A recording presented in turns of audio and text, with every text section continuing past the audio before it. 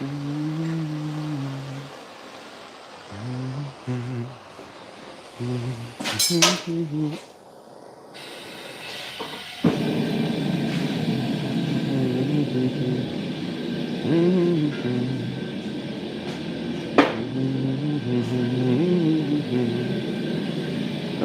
is a tragedy and boredom is a crime. Morning, Paul, Kenny, Zach, Bundesoldat, Older, Aaron, how are we? Jim.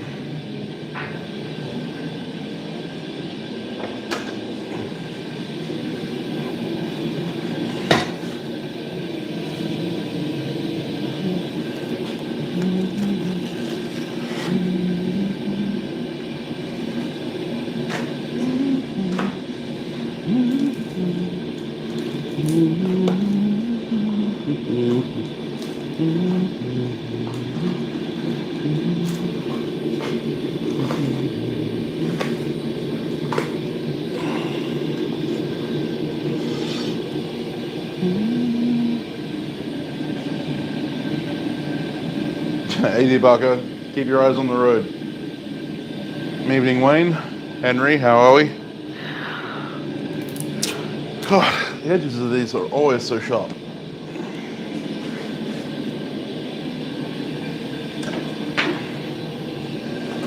So, we've got some ADCR V2 from Creative Man. I'm just going to quickly knock the sharp edges off everything, or the handle section.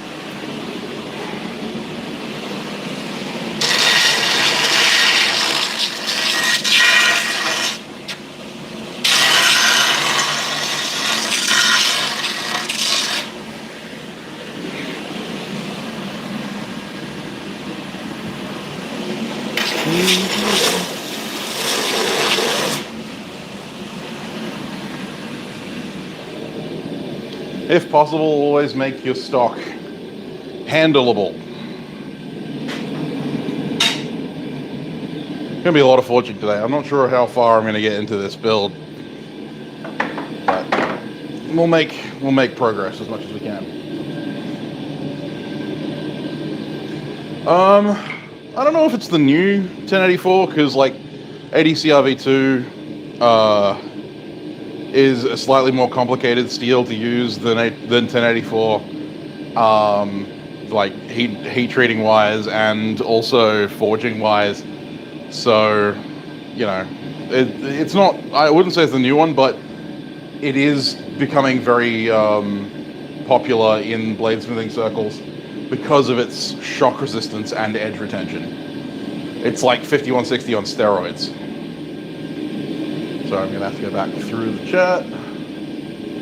How do you preheat Quench oil? So you can preheat it by heating up a large bar of steel and just mixing it up. Some guys like to put a heating element in theirs. I've seen a lot of guys that use the old deep fryer elements. You just bend a deep fryer element out, stick that down there, and it's got a temperature control on it and all, so you can do that. Chad Brown, how you going? Matt Freer, Joel. Last day of vacation time. Oh, fun. It is starting to get warmer. The last couple of days have been actually pretty cold, which is nice, but yeah, it is starting to warm up. We're forging a Cutlass blade. How you going? Caitlin, Bobby?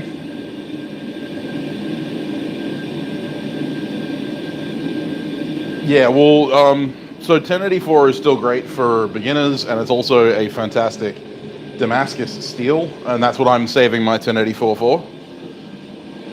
4-4. It's an interesting time.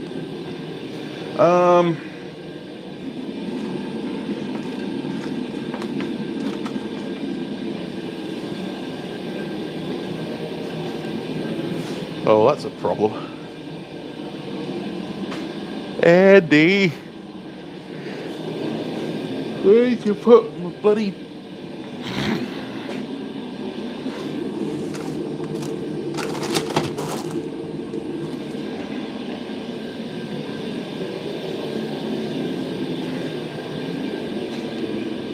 There they are.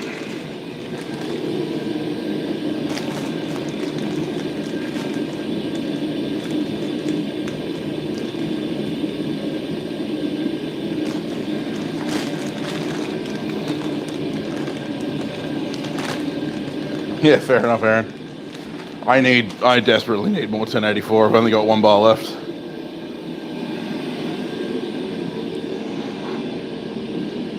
Which makes making Damascus difficult. I've got plenty of 15 and 20. Yeah, I think I've only got the 1 bar of 1084 left. Yeah.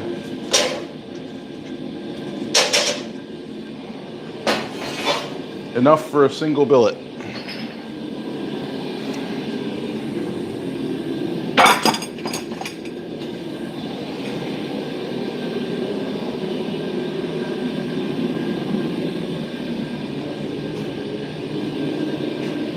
ADC RV2. Caitlin, ADC RV2. I ordered a Pro Forge after 8 years of home built propane. Nice.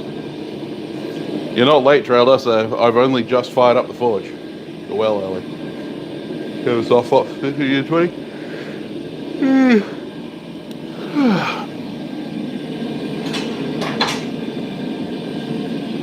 The only time I use 50 and 20 is when I'm making Damascus.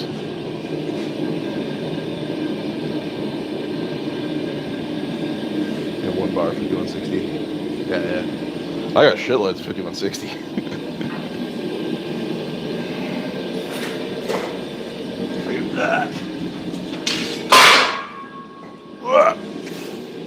I have these 4 bars of 6 by, so quarter by 2, 6 by 50, 5160.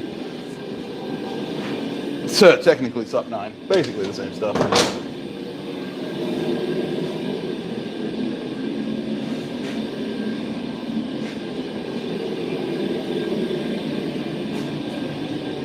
Also, that pile of steel blanks in the corner there, that's all SUP 9.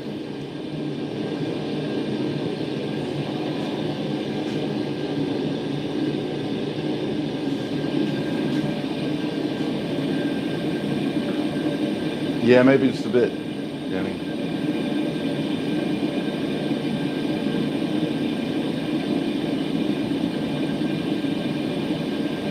Maybe the gravekeeper, someone has to do it. Yeah, well.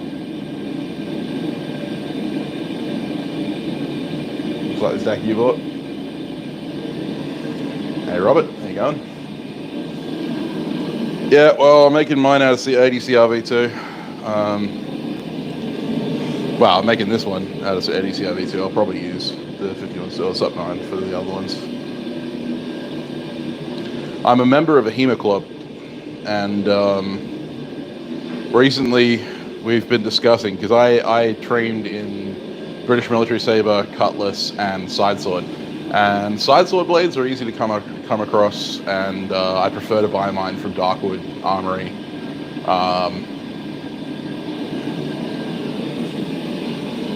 So side swords aren't a problem, but we want to start training cutlass. So we need cutlass trainers, and yeah, I'm not going to give mine, no. I'm not giving mine to a person to shoot with a 50 cal. I also got given this ADC RV2, not for free. Technically, it's part of the sponsorship deal.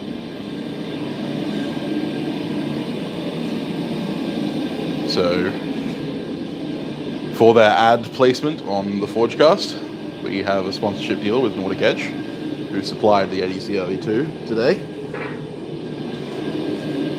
Not a catch for all of your knife making supplies, including steel, abrasives, handle materials, all the other stuff necessary to make blades.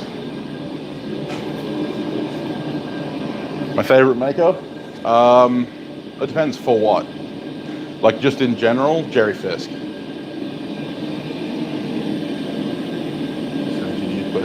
Nice. There you go, James.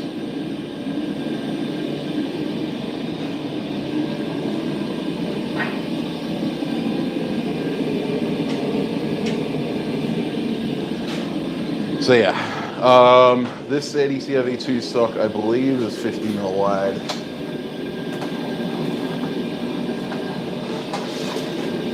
It's much wider than I need for a Cutlass blade, for a Cutlass trainer at least. It needs to actually be quite narrow if we're trying to limit the weight. Yeah, it's 2 inches wide. If this is 2 inches wide, what's that sub 9? Oh, that's 2.5. Okay. Definitely wider than I need.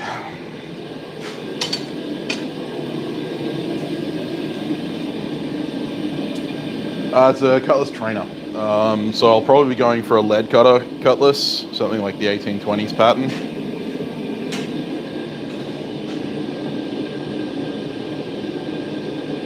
Oh, cool. Well, I need more practice. I have not received my sponsorship belts. No. What should be your first new steel for to buy for making general purpose pocket knives? Depends on what you want. Like if you want to make stainless, a really basic steel would be like 12C27 or 440C. Normally like starter stainless cutlery steels for making pocket knives. If you want to make carbon steel, then 1084 is a really good way to go because it's really cheap and easy to heat treat.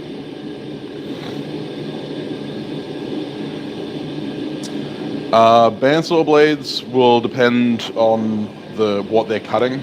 If they're hard tipped for cutting steel and stuff like that, then they could be something like L6 or various alloys. If they're wood cutting bandsaw blades that are sharpenable, then most of the time they're 15N20 or something similar.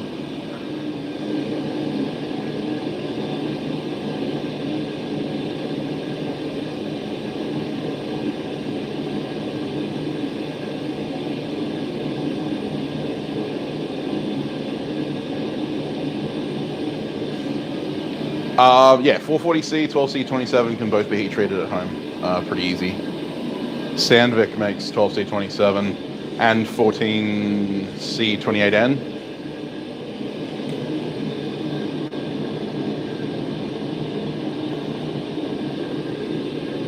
You're doing 60 or 1095, not beginning steel to make poke cutting things, yeah.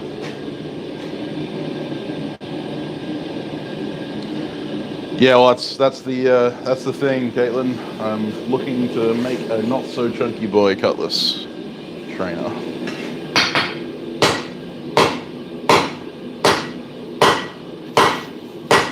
It's my first time forging ADCRV2.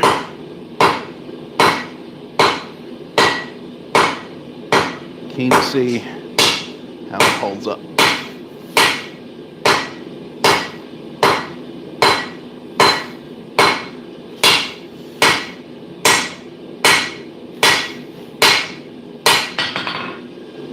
So I've got to reduce the stock to about 20 mil wide, so 3/4 of an inch. A little bit more than 3/4, but like 7/16. And if I thought you'd be like, yeah, well. Yeah, Peter's amazing. Love Peter. Morning, Adam.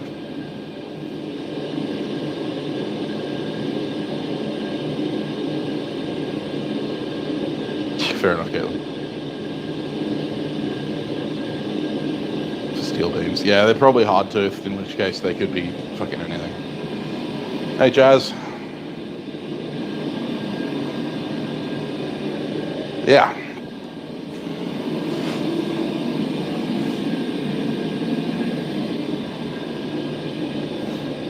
hole.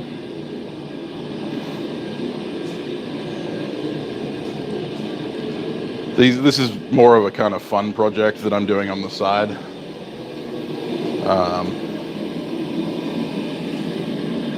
For my HEMA club. It's going to take me a while to make them, but that's all right, Caitlin. I haven't really had anything to do. I haven't even put up the About Me for you.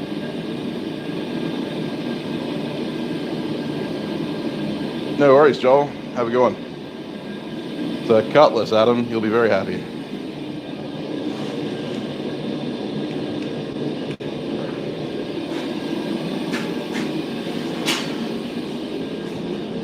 And yes, a Cutlass, not a hanger.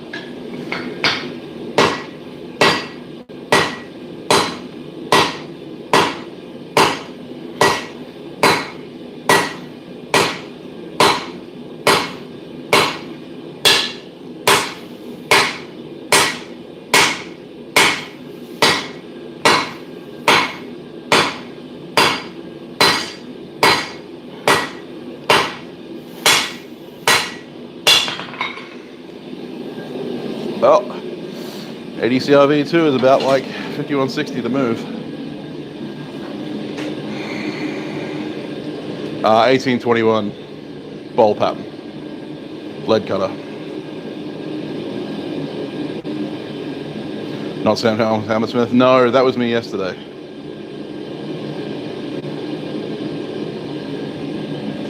British Naval, yeah, of course. I have one cross peen coming. It's a 3-pound Viking cross.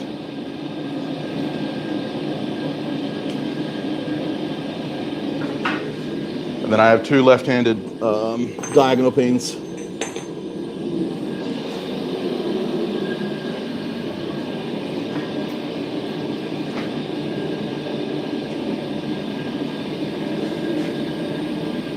You did not miss another hammer drop, no.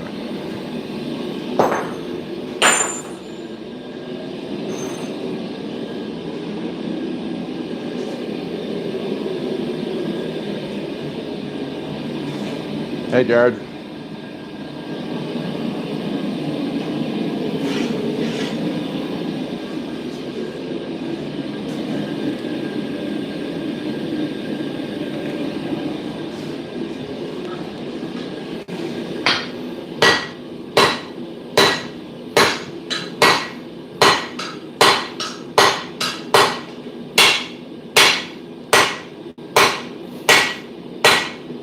Getting to the point where I'll be able to use Preston to smoosh this a bit faster.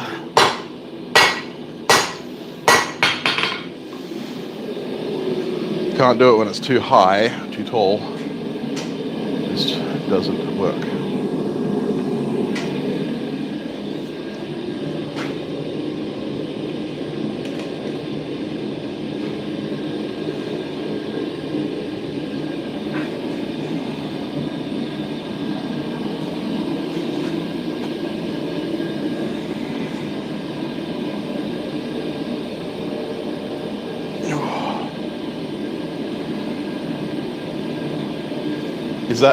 Is that a question, Adam?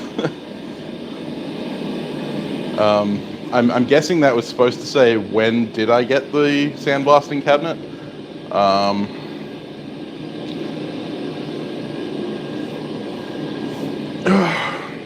It was like a month and a half ago, 2 months ago. Thank you for the service sticker, Kenny. I really appreciate it, dude.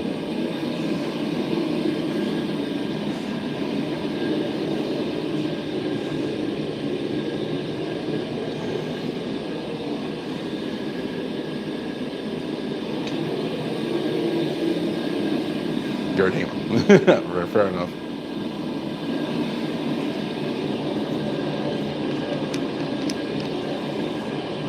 Ever since you watched the stream?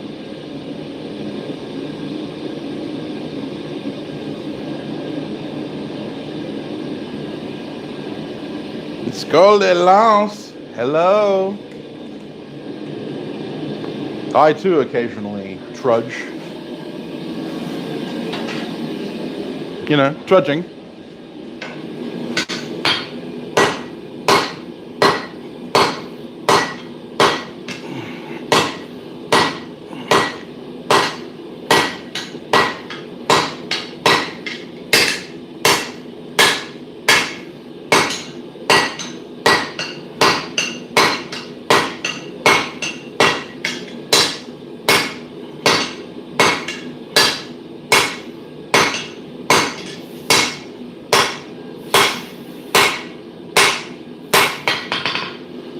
I don't know about Shang, but fucking ADCRV2 will make a man out of you.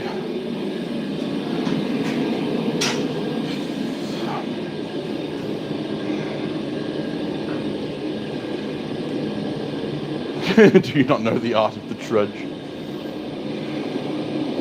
Lilian Suspinus. The lily amongst the thorns.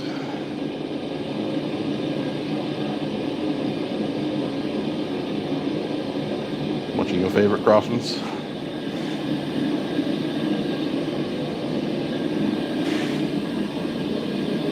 It'll give you Popeye arms, yeah, well. Yes.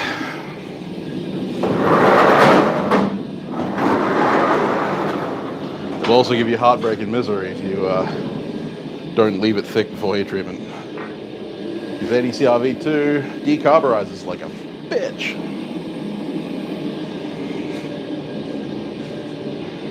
Evening, MB.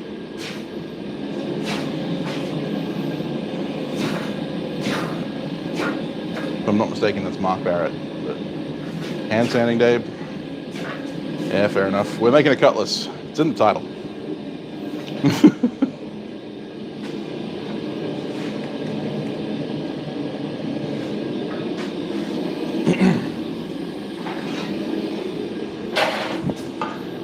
Tripping over stuff.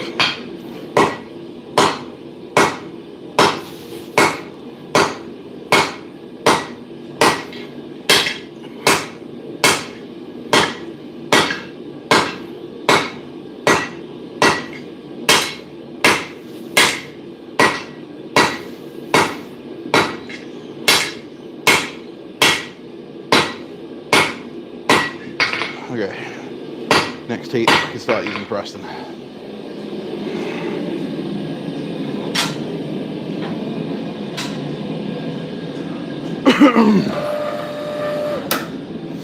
Have a healthy breakfast session, you could kill your mom.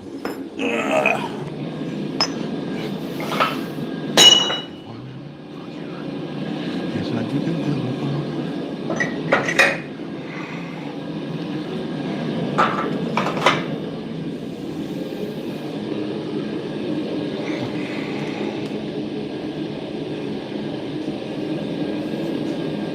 And sending a dagger, fun.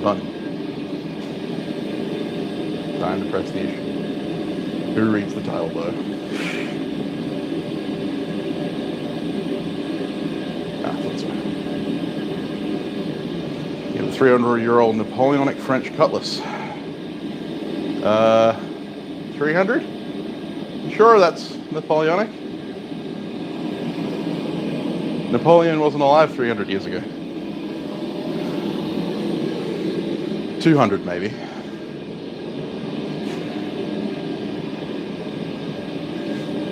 Daggers used for dagging. Yes. Dagging is actually a thing.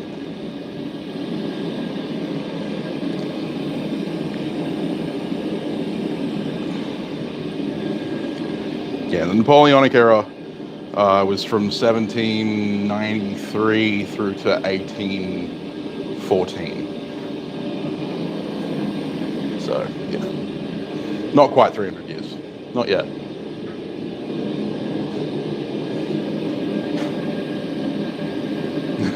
Thank you, Kevin. Yeah, dagging is actually a thing, and I don't suggest you look it up. There's a reason calling someone a dag is an insult. You dag. Napoleon wasn't even a dirty thought 300 years ago. True. When will I be making gravers? I actually banged out a bunch of stock for them yesterday, so... What should you forge on Monday? Whatever you feel like forging. I know that's like super helpful, but I don't even know what I am doing, so... I don't know why you would expect me to know.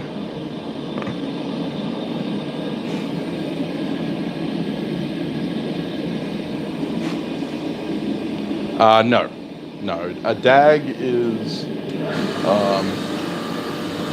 yeah, something a little different.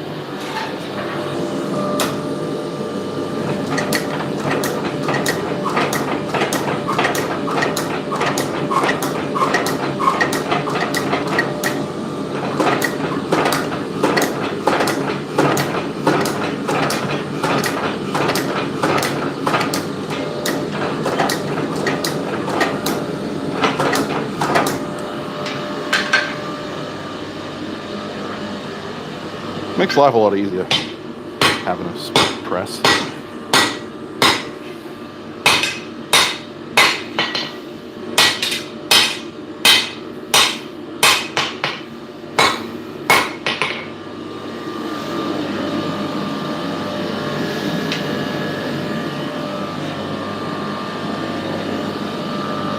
Make a corkscrew. Yeah, corkscrews.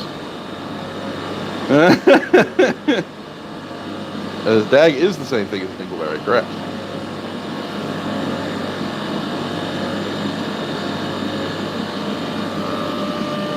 More the back end of a sheet, indeed.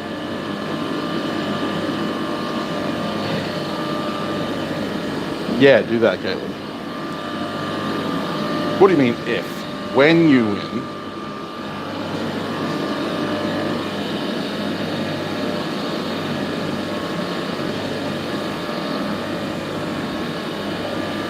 Yes, true, Aaron. That was more common during the age of sail, the golden age of sail. Yeah, Preston makes it look easy. People tend to get mixed up. Like the golden age of piracy was a lot earlier than people assume, mostly because of movies. A lot of movies show like Napoleonic era weapons and like and yeah, Napoleonic era weapons and ships. But realistically, the golden age of piracy was 100 years before that.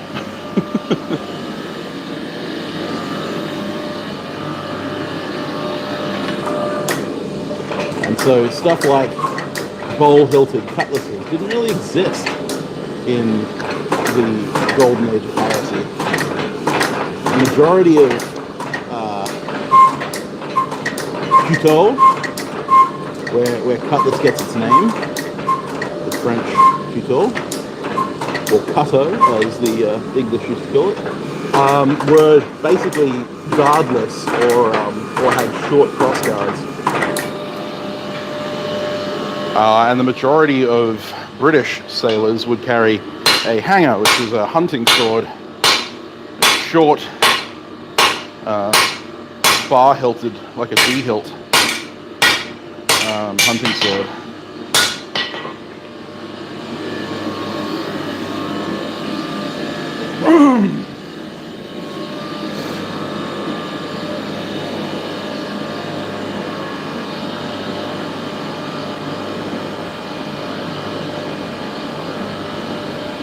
Yes, man of wars are awesome, but yes.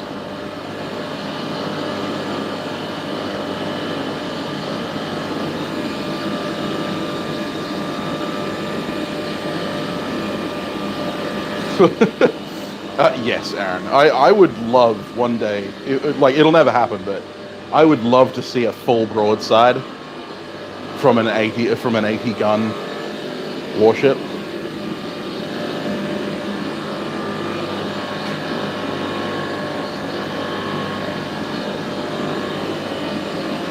Mower blades make decent, like, machetes, where edge retention isn't super important, but shock resistance is. Deafening but cool, yeah.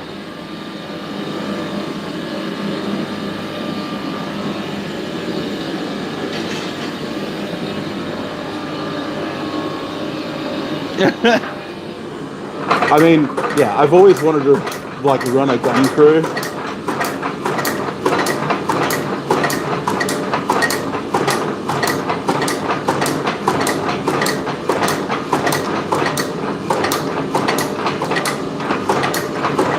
One of my favorite historical periods is between 1796 and 1830.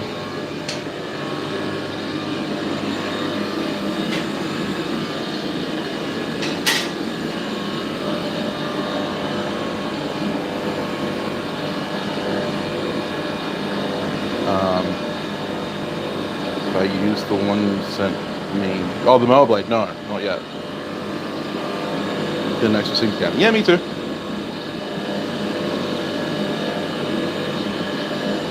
I do love sharp. Yes, if I could commission a sword, I would commission Sharp's heavy cavalry saber. Well, it's actually not a sword saber; it's a sword. The heavy cavalry sword. Black Sails. Yeah. It's a good series. Love Black Sails. I wasn't so into the whole, like fucking treachery and like drama. I really don't like drama as much as I can avoid. Like I can avoid it as much as I can. But it was a really good series. How'd you go about making a bayonet from that era? It depends on the weapon that you're bayoneting. A lot of the time, they were plug bayonets, which served exactly as you would think a plug bayonet serves. It plugs your barrel.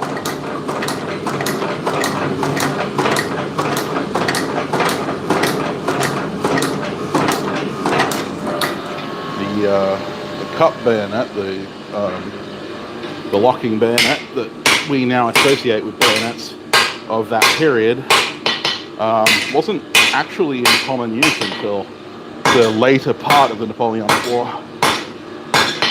Plug bayonets were still very popular.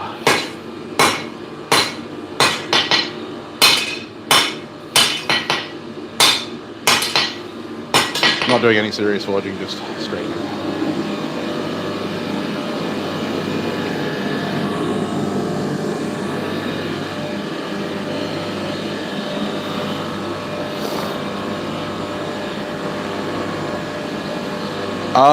Depends on the saber, Metalman. A lot of the time, Kenny, sorry. A lot of the time they were steel.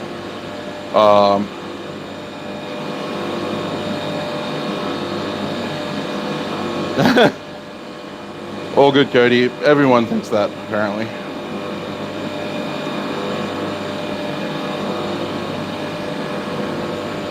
But yes, you can make wooden leather wrapped sabers. How you going, Logan? Yes. Steel scabbard, yes, correct. Thank you very much, Logan. Yes, sheaths are not rigid and scabbards are, as Caitlin just pointed out. So you can have a steel scabbard, you can have wood scabbards, and then sheaths are normally leather.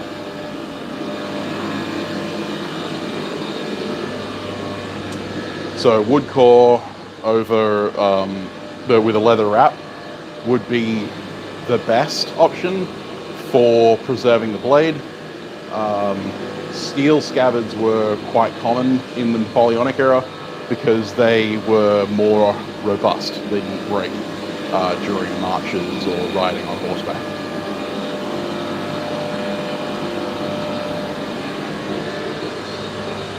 I did have a couple of examples, but I no longer have them because they went back to their owner.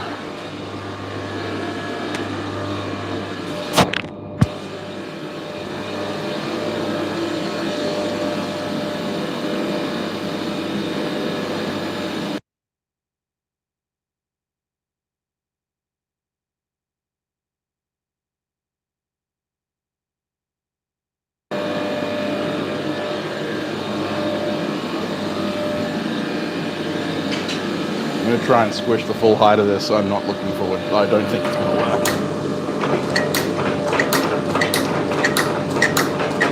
It starts falling over almost immediately.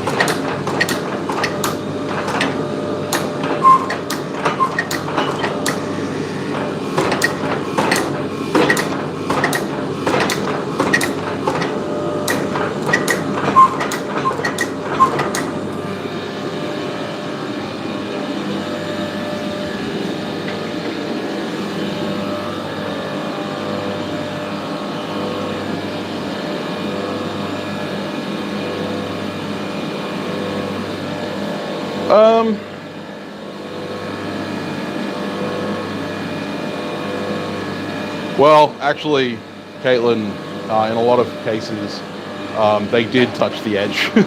They were quite rattly. That's a common problem in the Napoleonic era British soldiers, especially cavalry soldiers, that they, after a while, stopped sharpening their sabers purely because there was no point. After riding for a number of days, you'd have a blunt saber.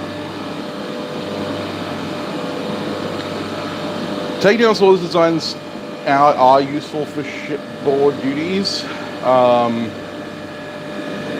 It was less common, of course, but katanas were used on ships. Yeah, well made.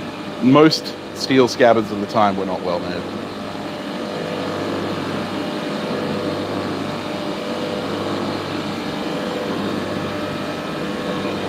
Yeah, working ADCR V2. ADCR V2 is basically 5160's big brother. It's got more carbon and more chromium.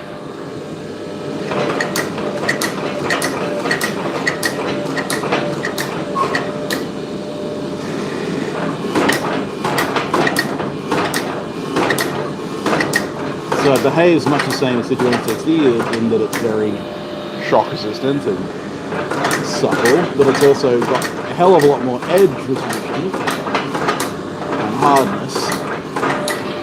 which is why most sword makers these days, like custom sword makers, are using ADCR V2 in place of things like 5160 and Sub 9, because it's 5160 but better.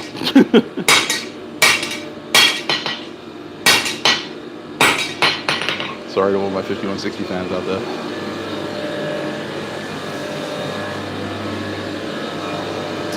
Need my blade tolerance.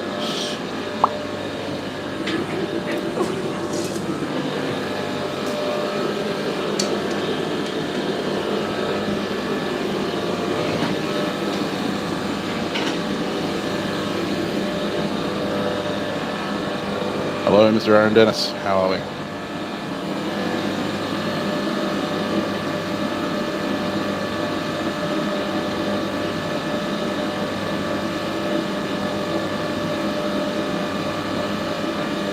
Not too different now, Cody. We have a couple of really decent suppliers.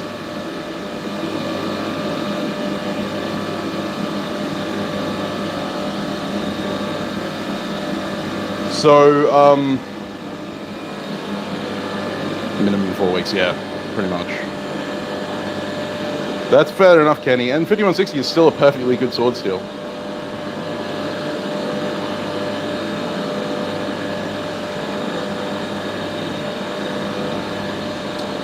So some really well-made scabbards of the time actually had, so they were steel outside, and then they had brass shim stock, rippled brass shim stock on either side, going all the way down, much like springs, like flat springs, going all the way down, and that would actually pinch the blade.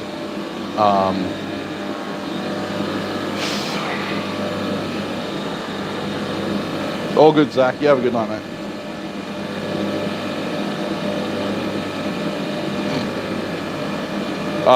Yeah, so the brass shim stock would actually pinch the blade on the other side and hold it steady so that it wouldn't rattle around. But when you're talking about mass-produced steel scabbards for service, they were really just punched out as fast as they could be punched out. And they didn't really give a shit about the quality. You've also got to remember that they're not particularly worried about sharpness either, because you got to remember 99% of the time they were just being worn, they weren't actually being used. All swords were issued blunt. And a lot of the swords you'll find these days in like antique shops and stuff are all blunt. And you'll think, oh, this must be just a parade sword, or this is just a reproduction or something. Nope, they'll be original. It's just that they are as issued blunt. The only time you'll find a sharpened antique sword from that period is if they were used in combat, if they were actually in a combat zone. Not necessarily that they were used, but that they were in a combat zone. You would be issued a blunt sword, and then you would take it to the armorer, who would then sharpen it for you. Officers would commission their own swords because that was required. To be an officer, you basically just had to be rich. Like, that's the whole point. Yeah, especially in the British and French militaries. And in order to become an officer, you had to supply all of your own stuff. So, sword, horse, suits of armor, or, you know, suits that you wore to battle.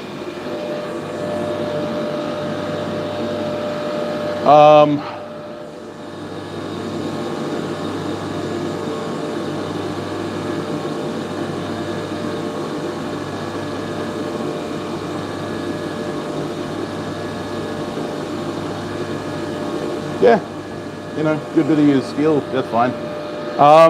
Any idea of World War II samurai swords are any good? So Gunto are a subset of Japanese katana and sabers from World War II and World War I. The later in period you get, the lower the quality. All Gunto are designated by number. They have standard Arabic numbering that we use in the Western world. And yes, they have serial numbers. And the later the serial number, the normally the worse quality you're going to look at. But the mass-produced ones weren't that bad. They just weren't, you know, like, they weren't the art quality swords that you're expecting. Although quite a few captured Japanese katana from World War II were actually historical family pieces passed down from generation to generation that had just been remounted in a Gunto hilt.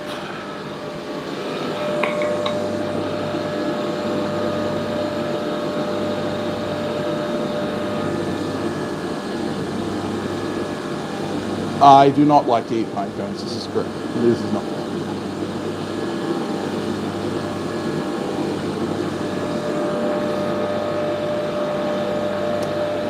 It happened a lot, Damascus.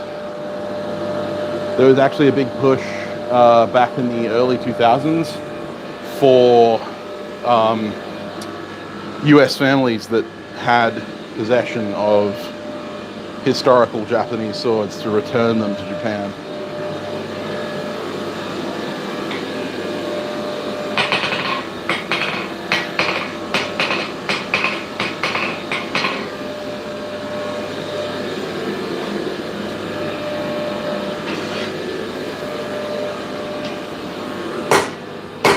Part of their ancestral history.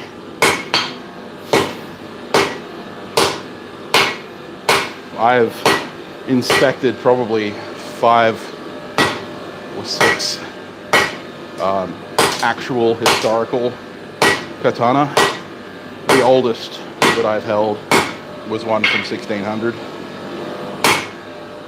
And I've seen probably about 20 or 30 Gunto. They're quite common in Australia, because obviously we primarily fought the Japanese, and so the majority of the spoils of war that came back to Australia were Japanese spoils of war.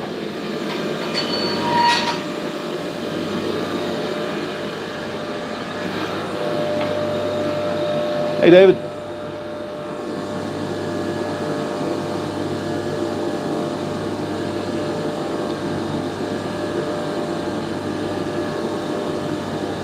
Hey Koo, how you going? Yeah, they're not bad. They're not bad. Forestry blades are basically just engineer's swords.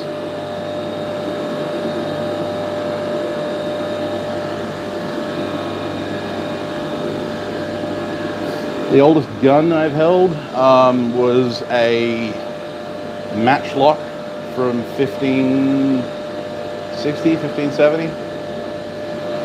Yeah, very, very old matchlock. Yeah, you know, getting around. Bloomery steel is a nightmare, correct. So it's an engineer's sword or a surveyor's sword or a pioneer's sword, all depends on where you're coming from in this case, were sawback swords. And yeah, they were primarily basically machetes.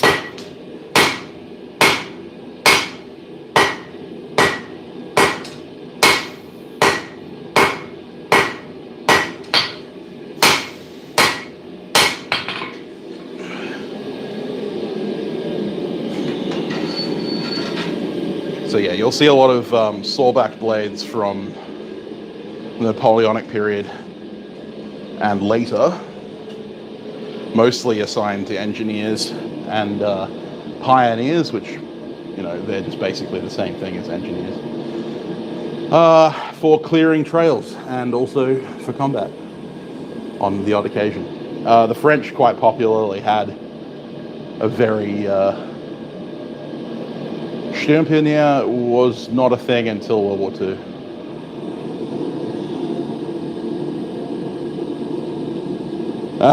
That would be fun, Aaron.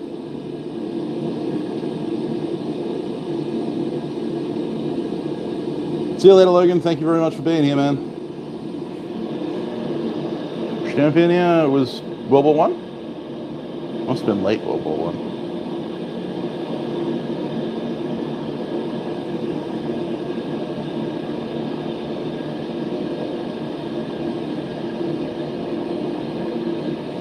But yeah, the Pioneer Corps or Engineer Corps were basically, yeah, just guys who used to go out there and dig trenches, set up sandbag emplacements, cut paths, set up supply depots. And so in the Napoleonic era, they found the need to supply them with a relatively short, relatively wide saw-backed blade in order to clear areas for gun emplacements and that kind of thing. The French devised a solid brass hilt. They really love their solid brass hilts. I don't know why, but they developed a solid brass hilted Pioneer sword. You can still find a lot of them around because they're, you know, they're bomb-proof. They're solid. It's got a de-guarded, solid brass hilt. There's also the Napoleonic Gladius, which are again short swords with solid brass hilts, really thick, dense blades. I've held one of those, and it was like holding a hammer with an edge. It was pretty bad. I wouldn't want to carry one.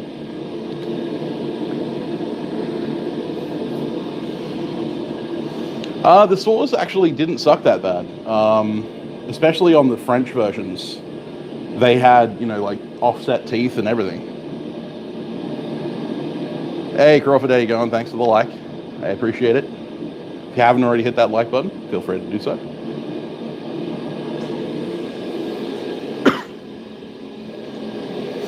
What are we talking about in the background? Are we talking about the bunch of steel blanks just lying around on the floor? That would be all of my guillotine tool dies, waiting for fresh abrasives so that I can actually finish grinding them.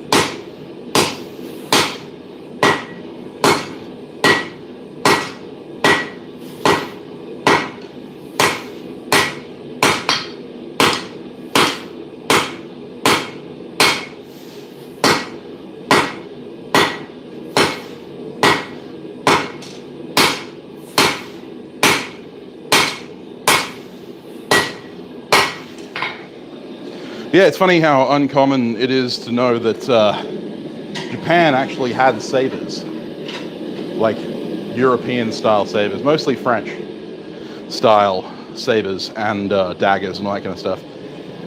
Because they were trying to westernize.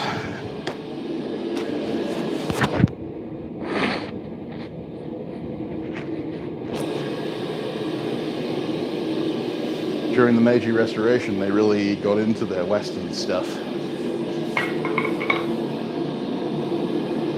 It's a few. I'm making enough for 8 sets.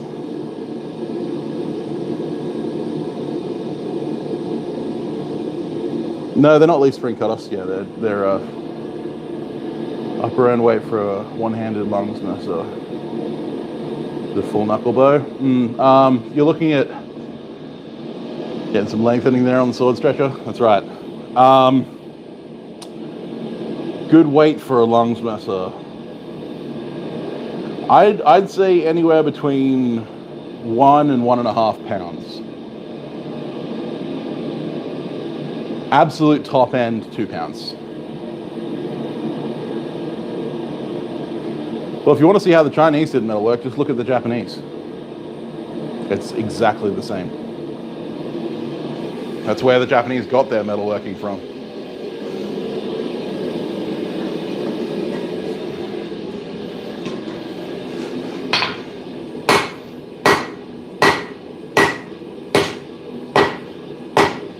The mythos surrounding the katana only exists because Japan maintained its integrity as a nation state, stuck in the 10th century for like 600 years. China adapted and improved as it came in contact with Western nations. Improved is, a relative term, but yeah, no, their traditional metalworking looked almost identical to Japanese traditional metalworking.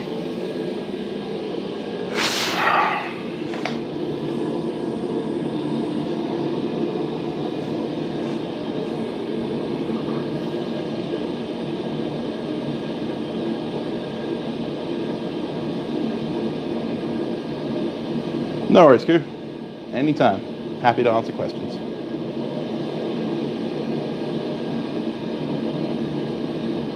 Bastard owl.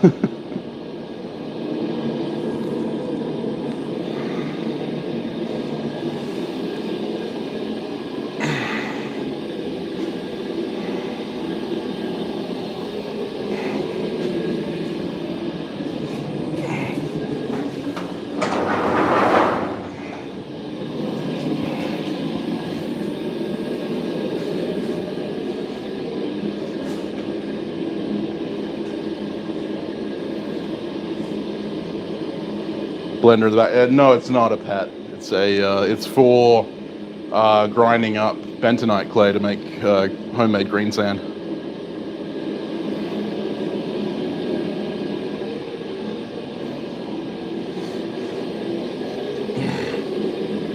How you going, Tony?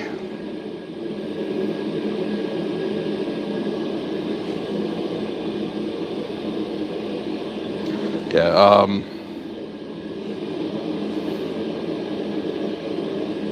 The easiest way to block some water bezel. Yeah, we did that for like the first kilo, and then we just kind of decided, screw it, let's buy a cheap blender.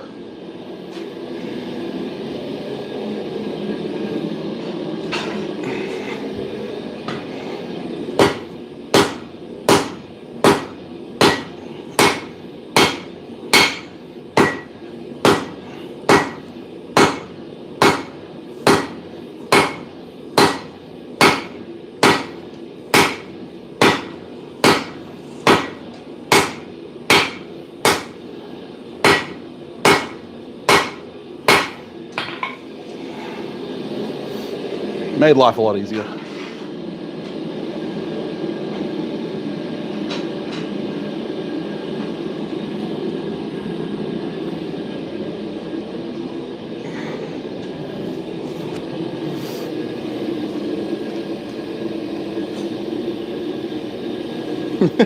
Yes, a blender is a better idea.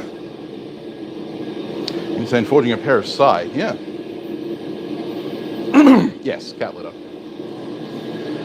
It comes granulated, So you need to bust it up in order to make fine green sand.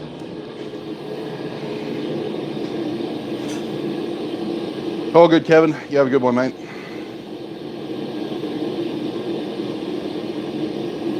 Yeah, Sire, cool. Just don't sharpen them, because they're not designed to be sharp. All good, mate. We've still got a while to go. Okay.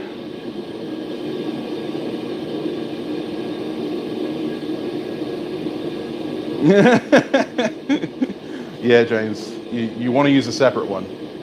Have I done casting in the video? Not to my awareness, no. Most of the casting that gets done in my shop gets done on Alpha Smelting's channel. See trail list.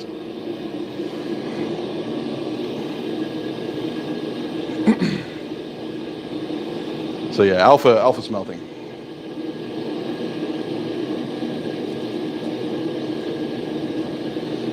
So yes, Mark. At the moment, he's having trouble getting stock in, which is why I've had to order from Nordic Edge. When it comes to the bulk buy pricing, he can't compete. It's just like he doesn't have the stock to compete on that level. So if and when it comes to bulk buys, I mean, you know,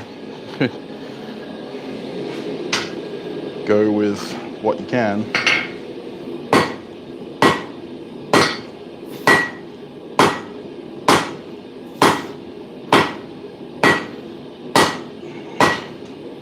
Rob has the disadvantage of being based in South Australia, and all of the imports come through Sydney. So, you know, the regular suspects get a hold of their stock as soon as it hits port, whereas he has to wait for it to be shipped from Sydney. And unfortunately, with all the lockdowns and all that kind of stuff going on, he hasn't been able to get his usual supply in. It's made life a little interesting.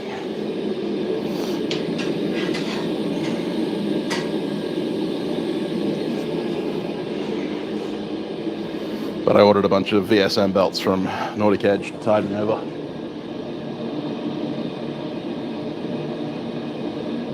No worries, Koo. Yeah, hopefully he'll be back to uploading soon.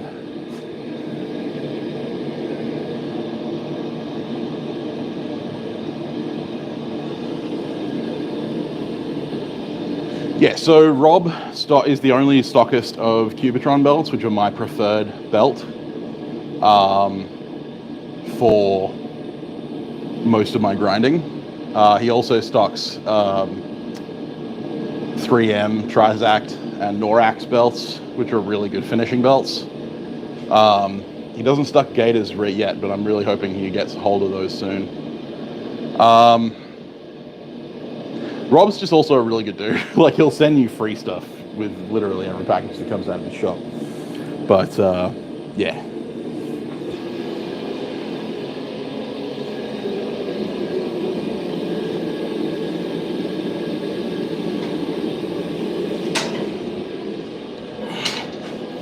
He's fighting an uphill battle against somewhat of a monopoly.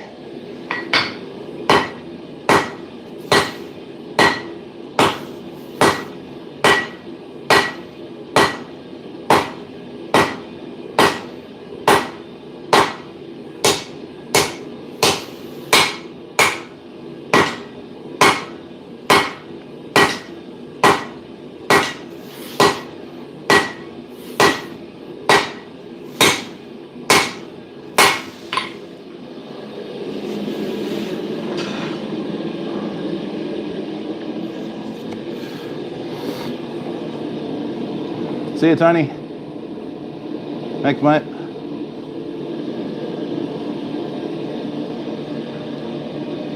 That's it, James. Like, you could get a cheaper price on belts from the regulars using the bulk buy prices. I just pay that bit extra and give Rob my business instead. And if not Rob, then Björn at Nordic Edge. It's on principle. All good, Matthew. Thank you very much, mate.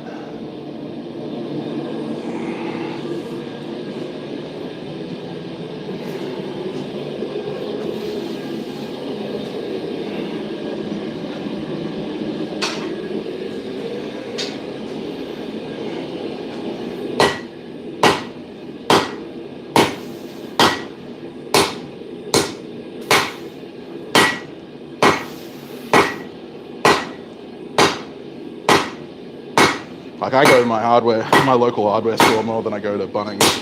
I can get exactly the same thing at Bunnings cheaper, but I prefer to support local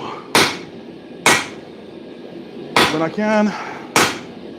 Sometimes it's unavoidable that you're going to need to go to those bigger stores because they have larger varieties, blah blah blah. But much as I can, I like to avoid it.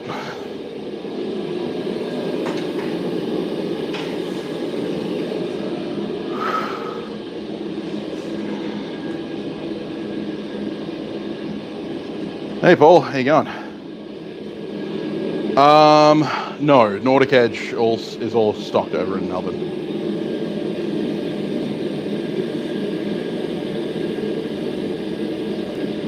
Yeah, that's fair, Caitlin. Like, you know, yeah, they don't stock internationally. Anyway.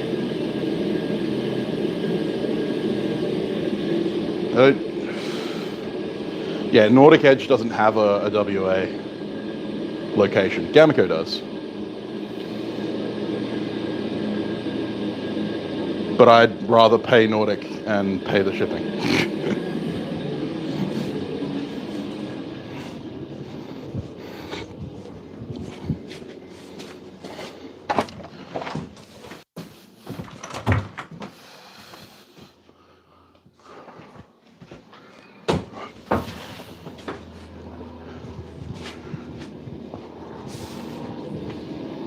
There's literally only one thing that I go to Gamico for, and that's their burners. And that's because there is no comparable supplier of decent burners out there.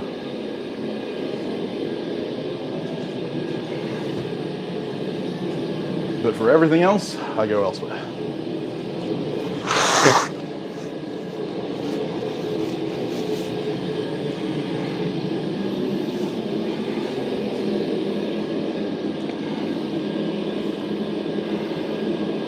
Exactly, Mark. Oh yeah, Outback Supplies have Nordic handles, but they don't have a Nordic Edge stuff. See you later, Robert. Yes, Nordic Edge file guide's probably the best on the market.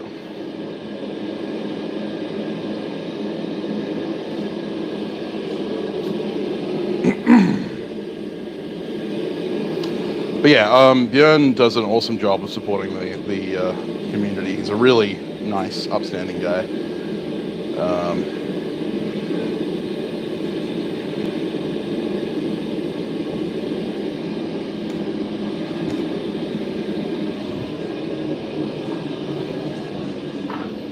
Go on.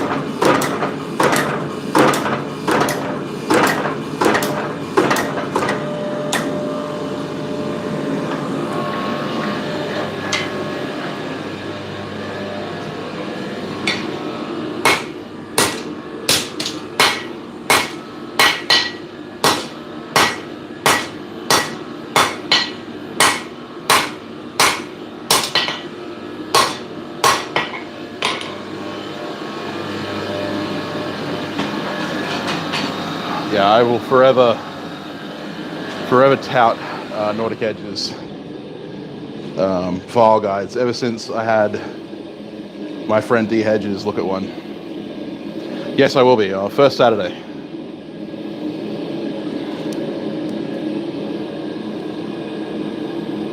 No, I don't buy burners from Alex Steele. He doesn't stock in Australia. And besides, his burners are Gamico burners, just shipped to the US.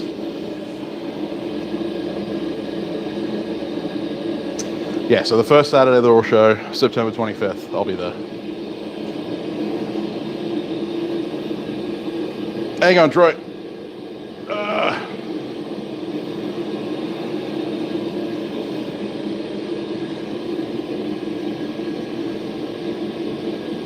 So we're almost to the stage where we have the bar stock to actually start forging the Cutlass.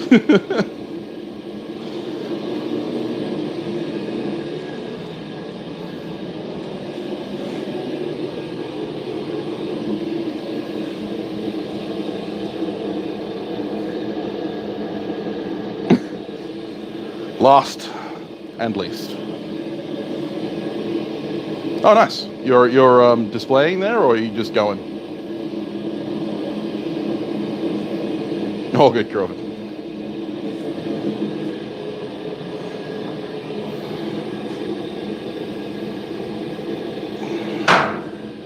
Yeah, I don't normally go to the Royal Show, but I'm going to the Royal Show this year because, you know, the Knife Arts Association has a table.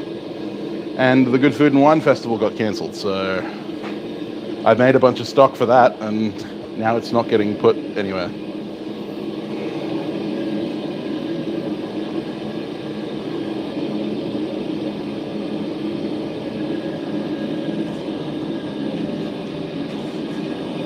So yeah, are you selling at the show, Mark?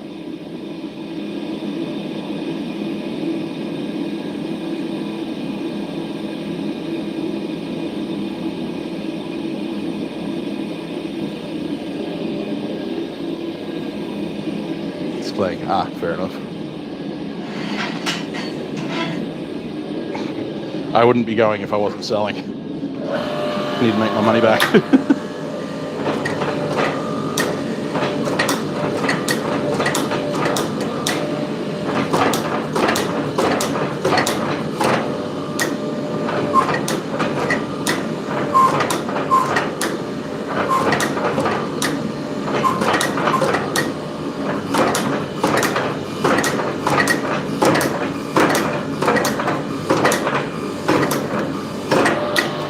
Interested to see how big this booth is. If there's multiple of us going on one day.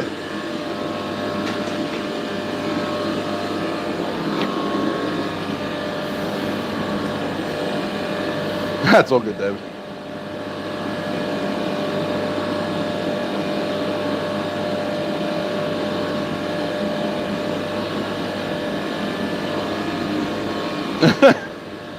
I know what Daniel looks like. It's not far off. Pork.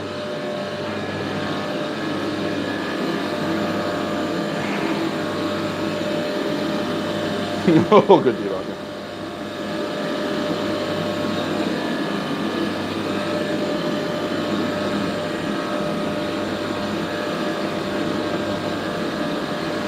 Yeah, no, I love Preston.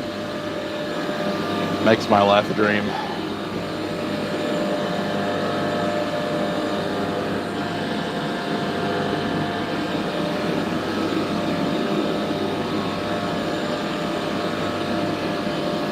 When we were shopping for splitters, the first thing we were looking at is drive and return rates. I was like, I don't care if I have to take a cut on power. Like there was a 25 ton, but it was a lot slower than this one. I was like, I'll take the power cut just to take the extra speed.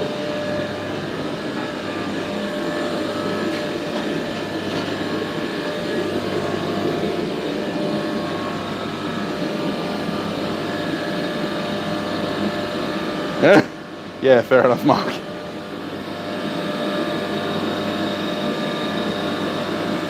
Yeah, I'd like a power hammer for a bunch of different operations that I can't really do with the press as much.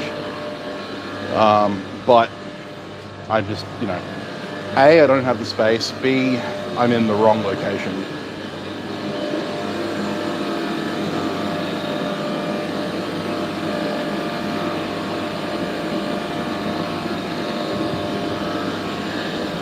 Six or one, Daniel, 6 or 1. Half a dozen of the other.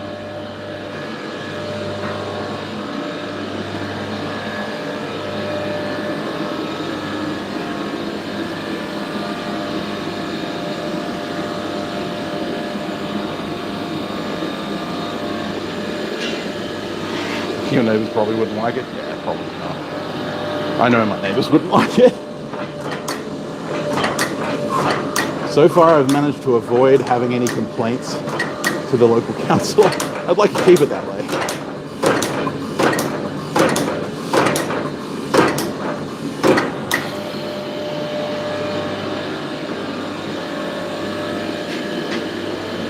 Like, luckily I don't live in a place where HOAs exist.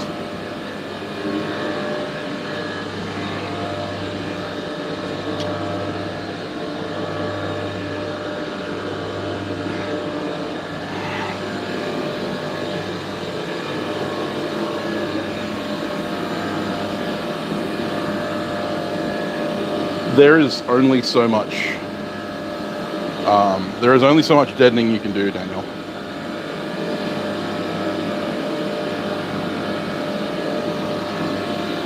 Like, power hammers are a lot louder than people think, and it's really hard to get that across in video form.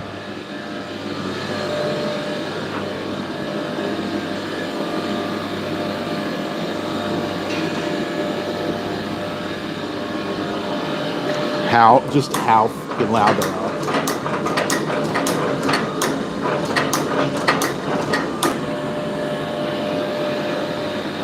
One of the better ways to figure it out is grab two 10-kilogram blocks of steel. Put one 10-kilogram block of steel on the ground, on whatever matting you like, and then hurl the other 10-kilo block of steel at it as hard as you can. No matter how well the 10-kilo block of steel on the floor is padded, it's going to make a hell of a friggin' noise.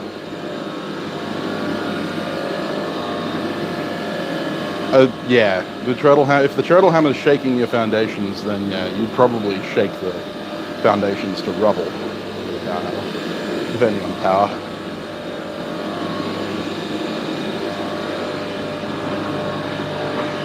A friend of mine owns a 25-pound Little Giant that I want to take a spin on one day.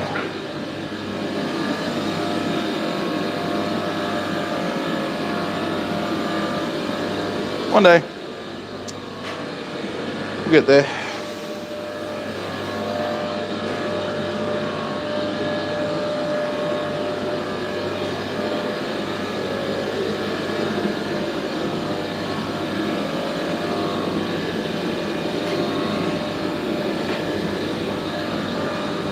Yes, James, I'd imagine. So, when I was at Blade Symposium, I got to see a little 15-kilo air hammer running, and that thing was so fucking loud.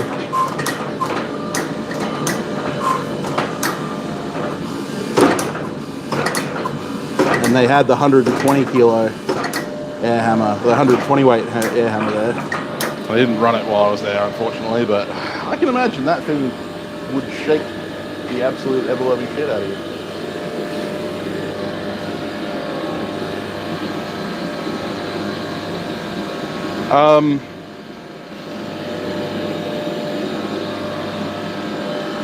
Mark, honestly, I'd say if you're living on any less than an acre, then you're not safe.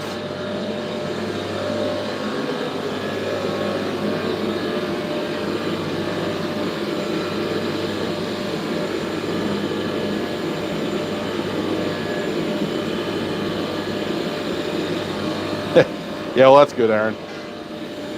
My neighbors tend to keep to themselves when they're not having domestics.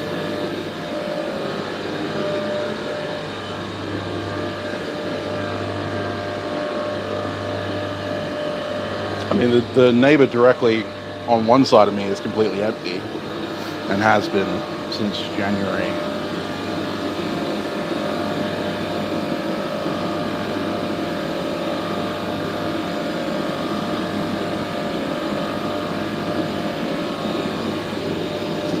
This year or last year? I think it was last year.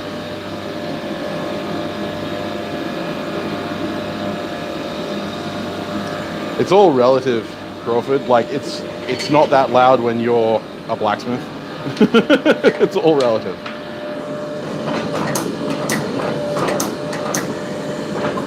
You put it in context of living on a suburban street, it becomes an issue.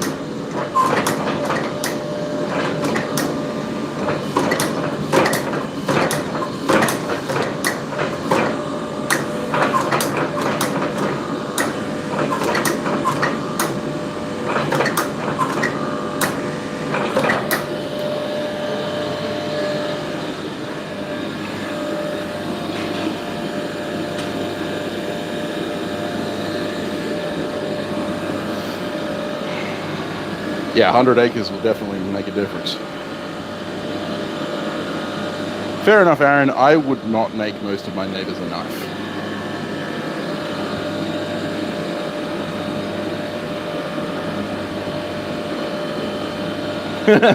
Fair enough, James.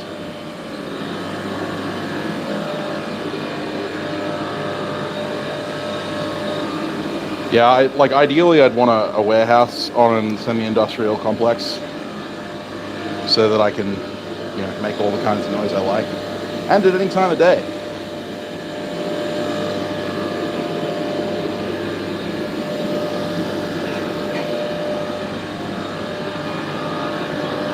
Take a wild guess, Damascus.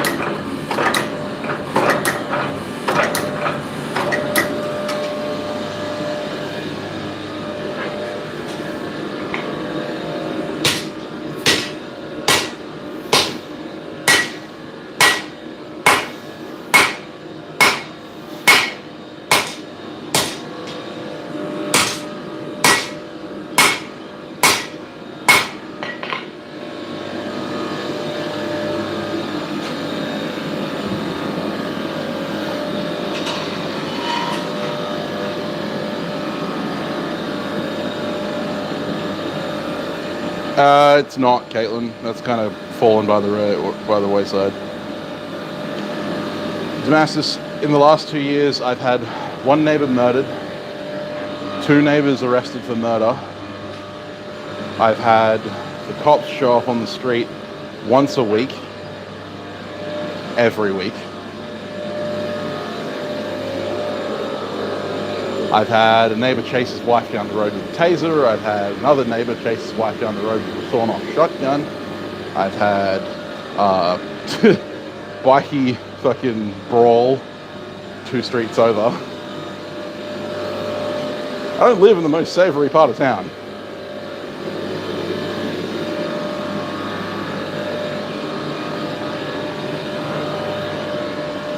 My very good friend and next door neighbor got murdered by my other next door neighbor, which is why that house is now empty, is because the people who own the house where the murderer lived don't want to fucking touch it.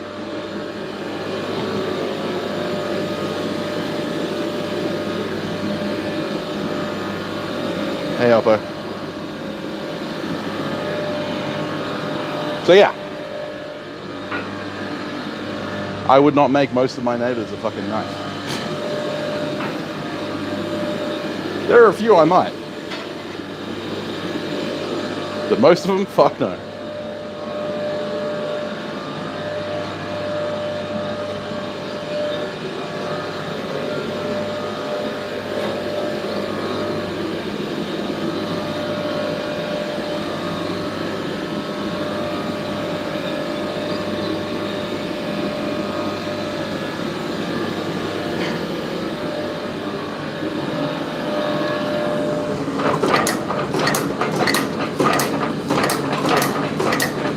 And in the last 2 weeks, we've had fucking 6 break-ins in the streets surrounding our house.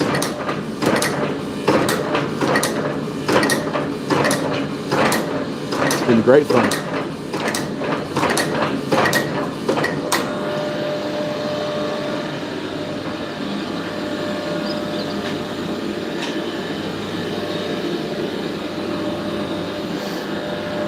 No, Damascus.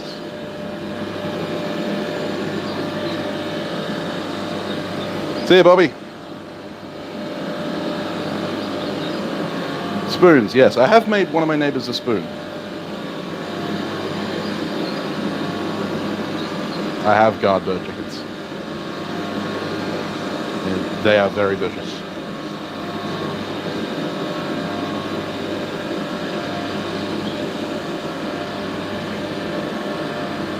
The firehouse on the corner? Yeah, fair enough.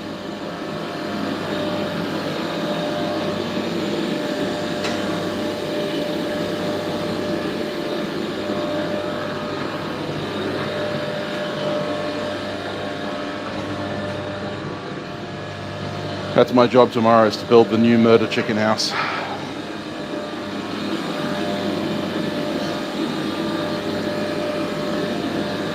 Good old murder birds.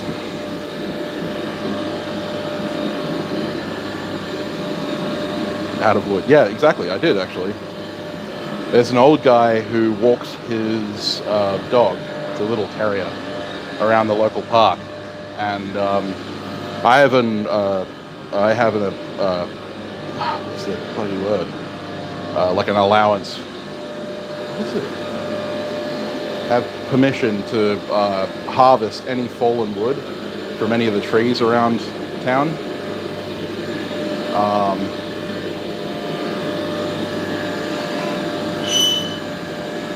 So when storms blow through, I go around and harvest all of the really good carving woods, because I do, the occasional spoon carving, bit of whittling, that kind of thing. And yeah, he stopped by me one day when I was harvesting a tree, like around the front of his house. And we got to chatting about like carving, that kind of thing. And yeah, he's a really nice guy. So the next time, like I took a piece of that tree and carved a spoon out of it and then left it in his mailbox. As a thank you for the nice conversation.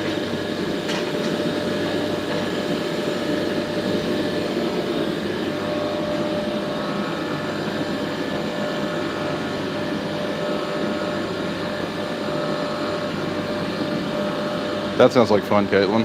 Not.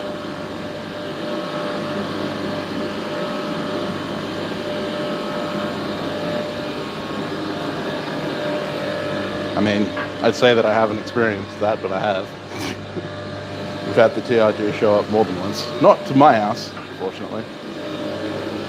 Although I did get put on the ground by TRG once. That was fun.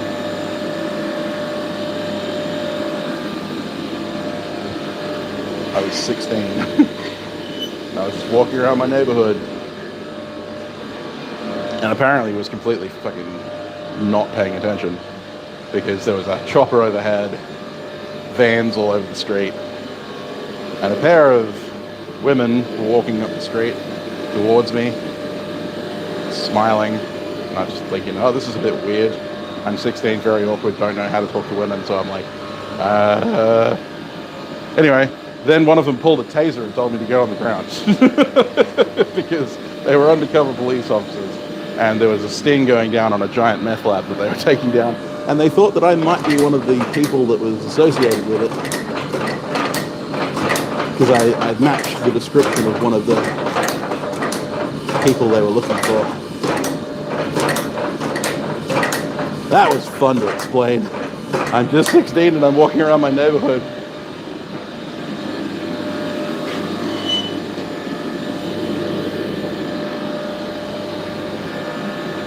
See you, Kenny.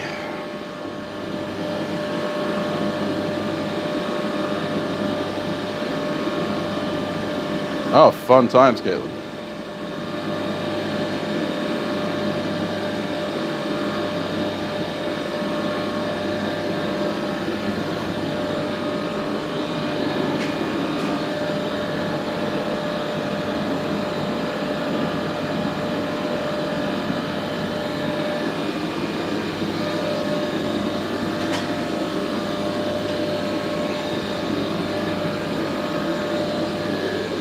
I'm just going to clean this bar up and then start turning it into a sword-shaped object.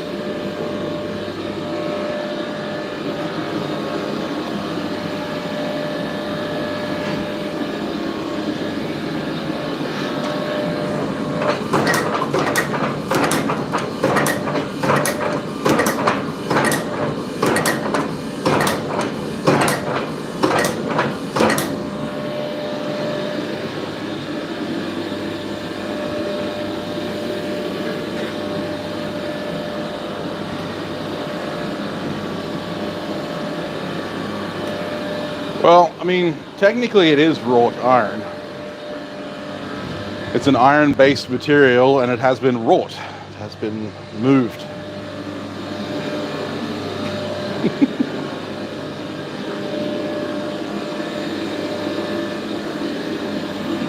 where the whole thing came from.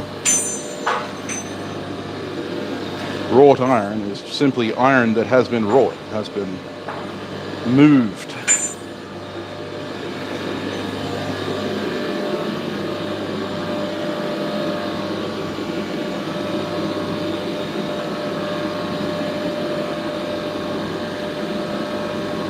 Yeah, fair enough, Aaron. Yeah, that'll happen.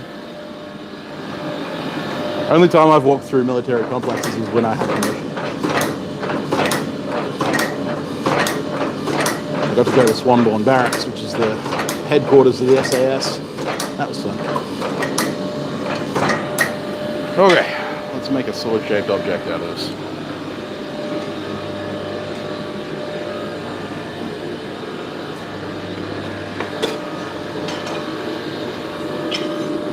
We've managed to just about double the length of the bar, which is nice.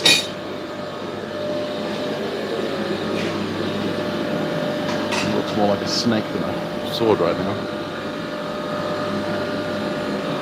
See you, Caitlin. Up.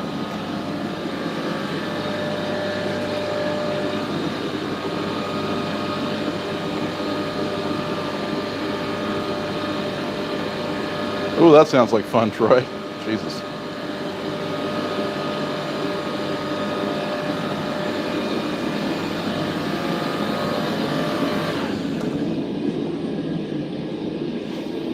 Man, he's a fucking idiot for calling you.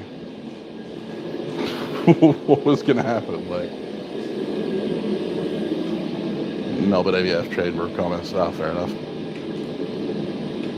Yeah, read the signs. Read the signs. As a security officer who used to have to direct people to places that were well lit and signed everywhere, please, for the love of Christ, read signs. Signs.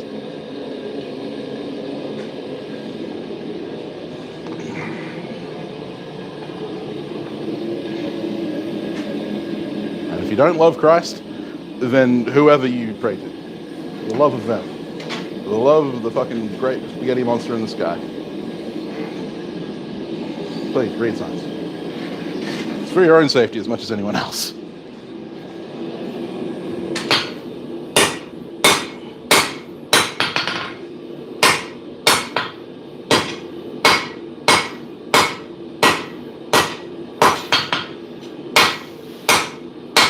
First, I'm going to turn this wibbly wobbly bar of steel into a relatively straight-sided bar of steel. Then I can start turning it into a sword. Or a sword-shaped object, because it's going to be blunt.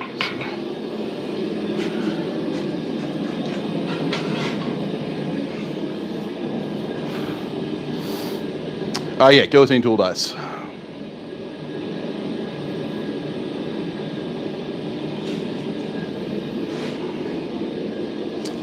Yeah, I have 8 guillotine tool sets about to go up for sale once I get my new abrasives, so that I can grind the fucking dies so that I can then heat treat them.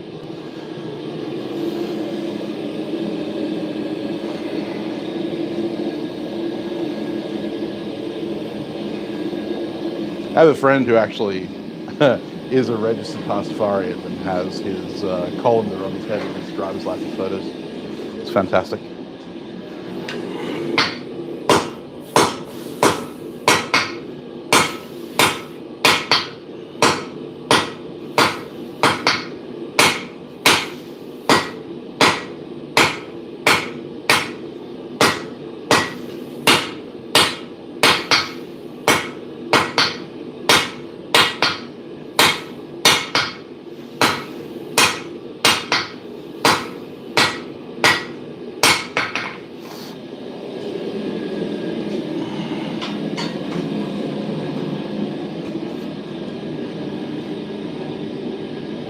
Church of the Flying Spaghetti Monster. Pastafarians, yep.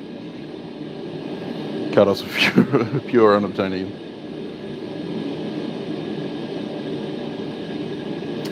Yep, me too, David.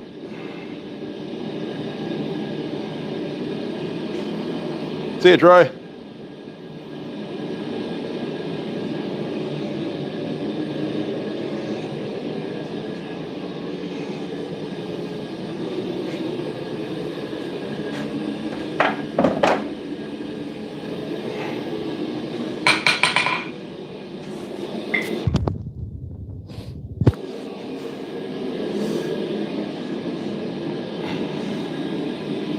Put that down for the census.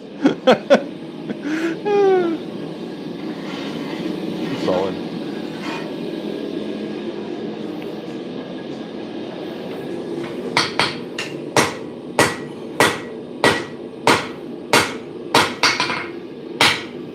Oh, it is a legitimate religion.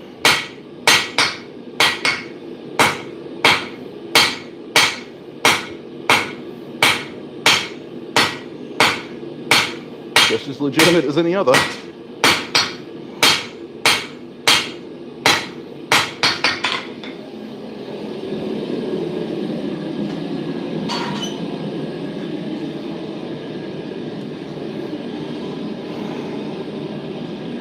Oh, there you go. Go over to Baron Forge and give him a sub.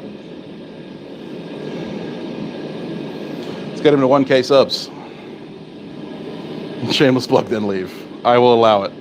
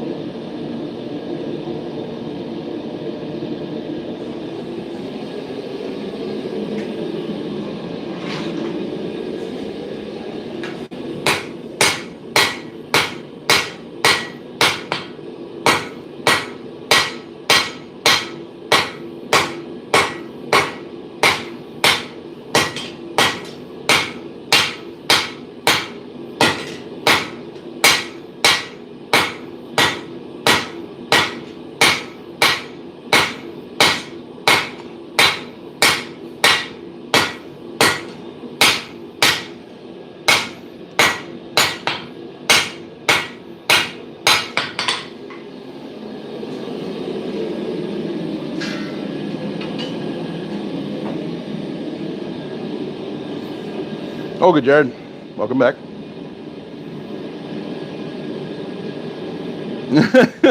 Thanks, Troy.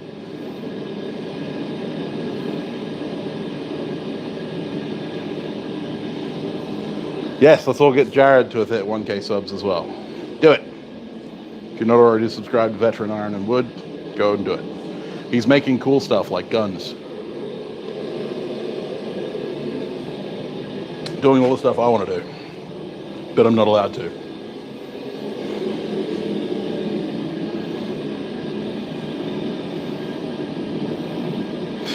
You wash it first, James. Jeez.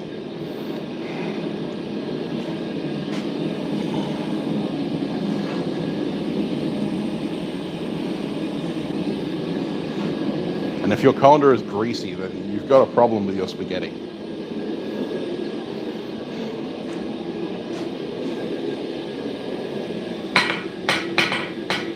Just don't drill with pressure hole. There you go. Yeah. Next piece of equipment is a bigger fucking compressor.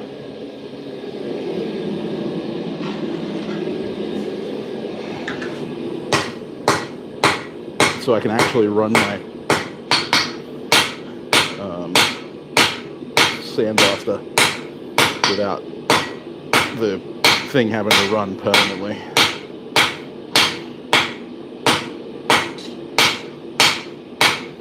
I need one that runs about 300 CFM.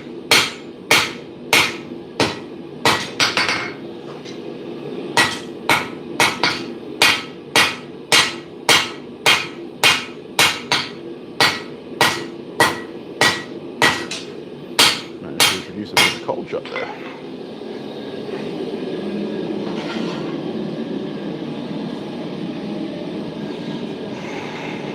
Oh, good, Joel. Oh, that sucks, Joel. I have quenched in brine. I have not got my new belts yet, no. And go to sub to Aaron, because he puts up a video every 6 months.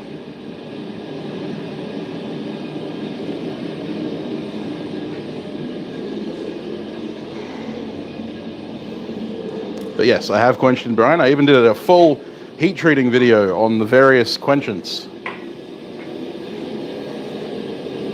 including brine. No, I need a twin action pump on the compressor.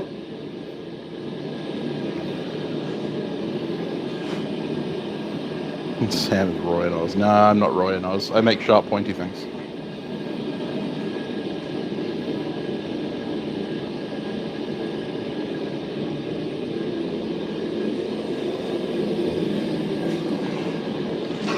Well, on average, one video a week for 3 years will do that.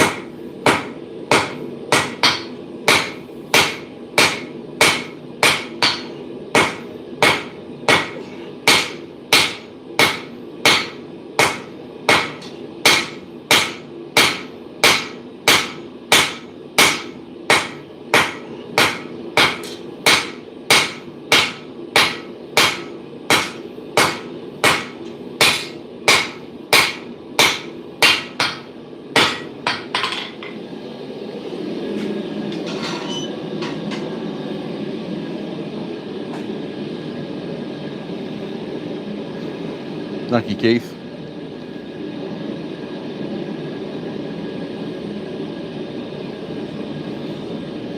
I don't know about that. Donkey Keith's not really a Roy.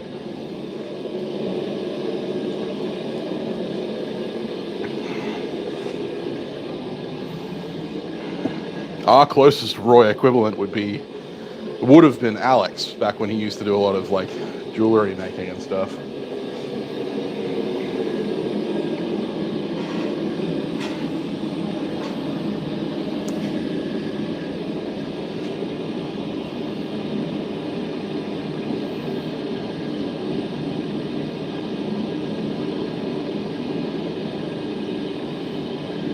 Brine is just water with salt. So the only thing that the salt does is kill the lead and frost effect. So, I mean, yes, kind of, but it's only because it's cooling quicker.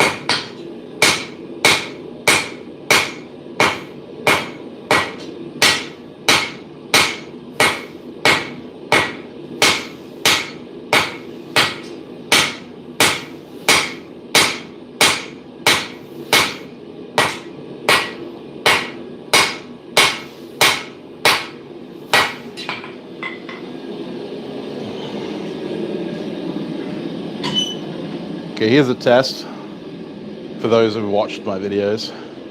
What is the most important step in blade forging? Any kind of blade forging. Anyone who listens to the Forgecast or watches my videos. That's in heat treating, Oppo. In actual forging.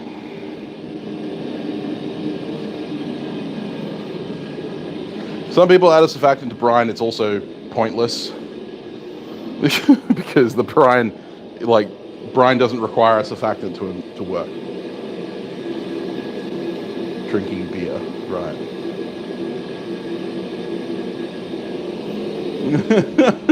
No. Sorry, Dad Rats. I'll try and keep it a little quieter.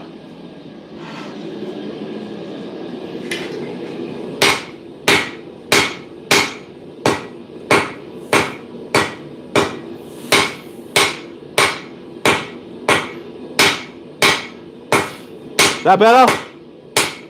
Am I quiet enough?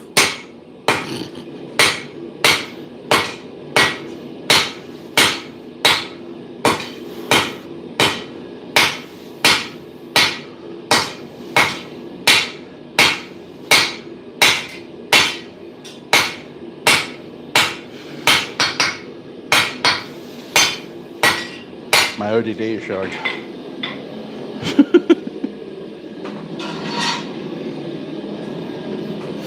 You got it, Wayne. You got it. And Aaron got it too. Aaron got it first. Well, Oppo, yes, that is technically correct. But I'm assuming, if you're forging it, I'm assuming you're getting it hot. Perhaps that's my bad. Perhaps I shouldn't assume. But I felt safe in making that assumption. The correct answer is chronomancy, of course. No. The correct answer is preform.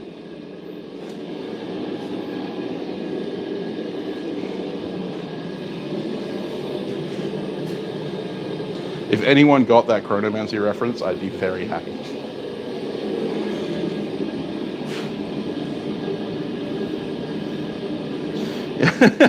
Exactly right, Aaron. What does it sound like, Damascus? Break it down.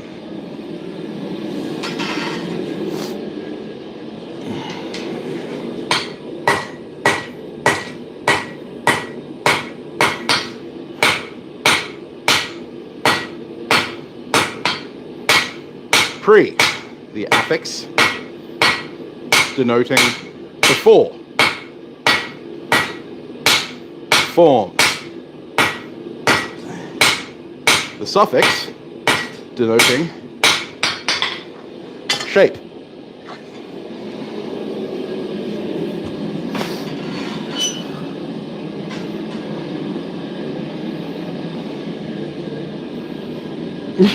You are not.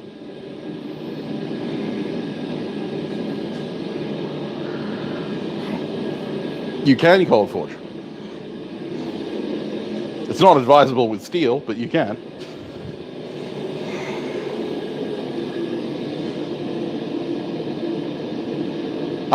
Sort of, Damascus. So not just stock, like you're not just talking about stock. You're talking about forming your profile correctly before forging bevels and forging, distal tapers and stuff like that.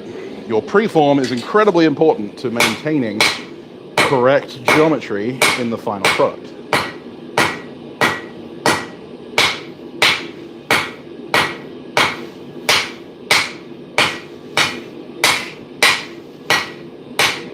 And stock size is part of that. Like right now, I'm creating a gentle taper down the blade because I want a gentle taper in my blade in the final piece.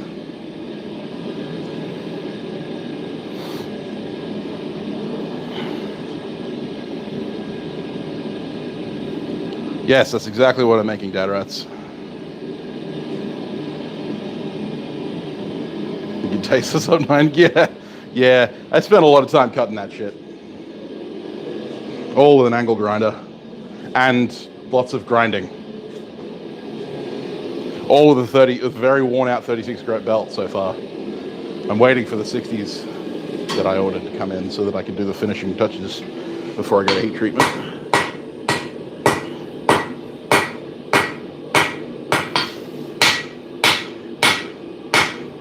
But yeah, if your preform isn't correct, your blade will not be correct.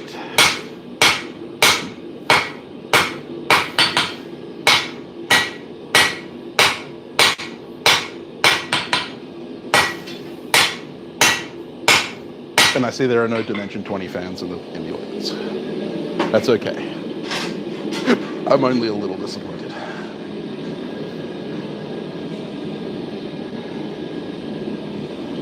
Oh man, I wish I had a bandsaw. I have a bandsaw, it just doesn't work.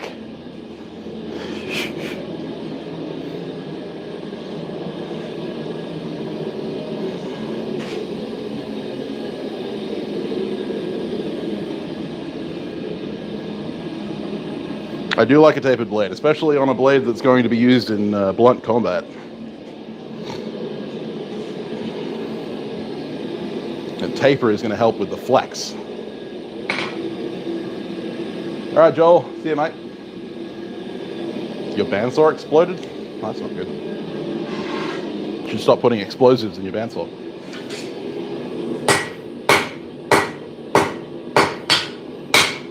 That was your first mistake.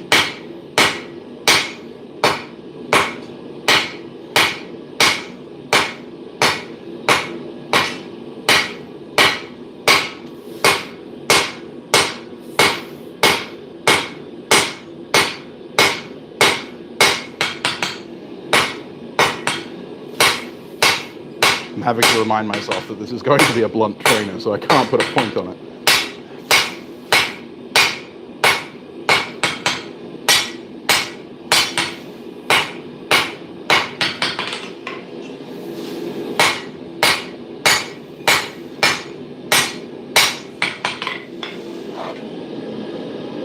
Okay, now we need to check our measurements.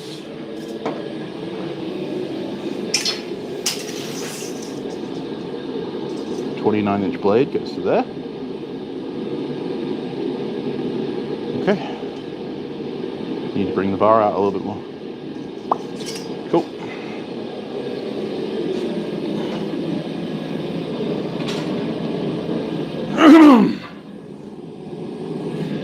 Excusez-moi.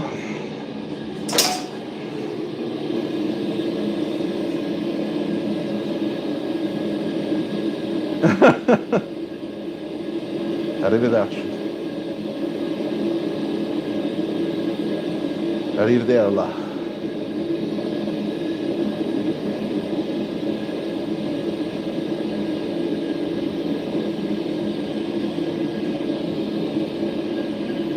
Ah, the anvil's fantastic. Love my anvil.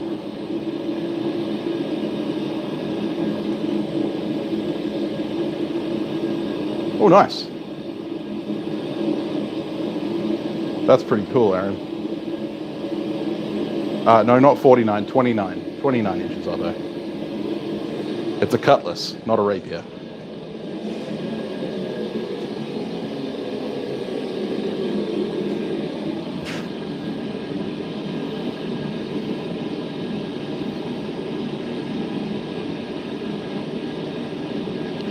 Well, unfortunately, I can't pause it, Damascus, so you're going to have to go and do that and make up with it on the VOD.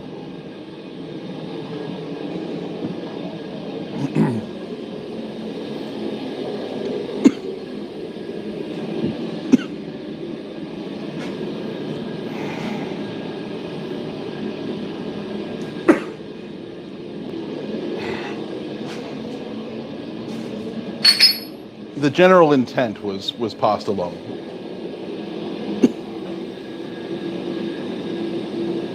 Hey Matt, how you going? The overall length, roughly 35 inches, maybe a little less, depending.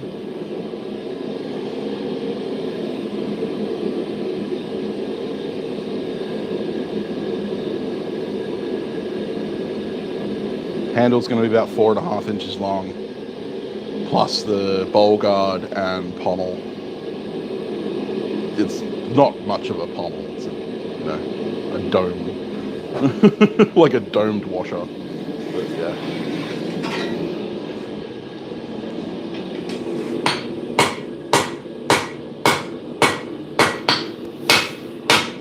Pretty standard British military saber, or British military cutlass. Naval cutlass size. We did find cutlasses that were shorter, some that were slightly longer. I'm kind of aiming for an 1821 pattern British cutlass.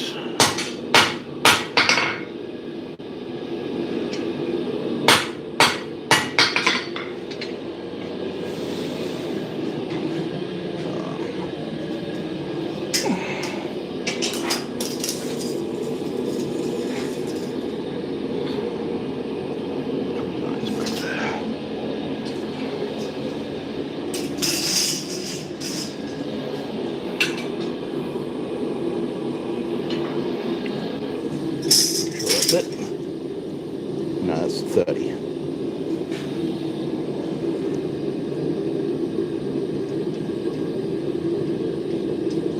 Right.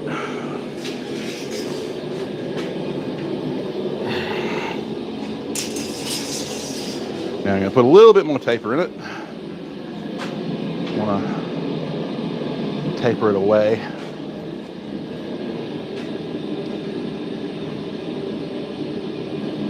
Hey, Alex. You've been profiled, Alex.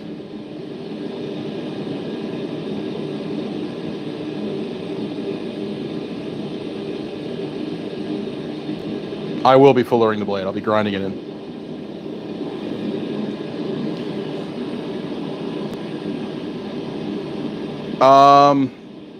Because you wouldn't be able to see it, David. And, like, the mechanics of such a thing would be, like, I wouldn't even know how you would go about that in a way that wouldn't cause oil to slosh around violently and be able to provide enough pressure on the blade to actually substantially straighten it.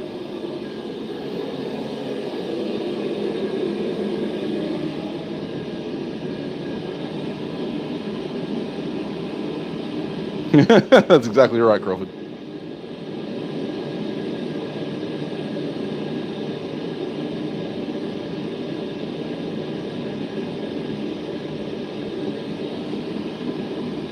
Menstruating, indeed. Yeah, I mean, so straightening jigs require, in order to effectively hold the blade steady while it cools. So I think you kind of defeat the purpose by putting it in a quench tank.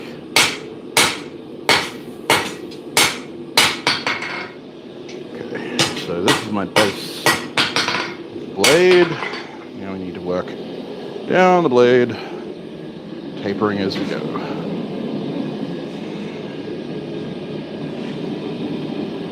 €4, £4 shoe advertisement. Fair enough. I think it would be solving a problem that doesn't actually exist, David.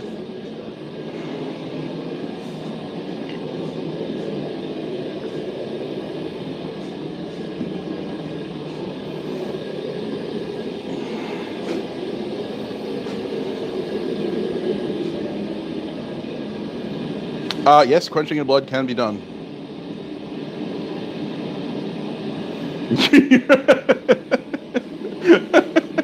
That's a good one, Wayne. I like that.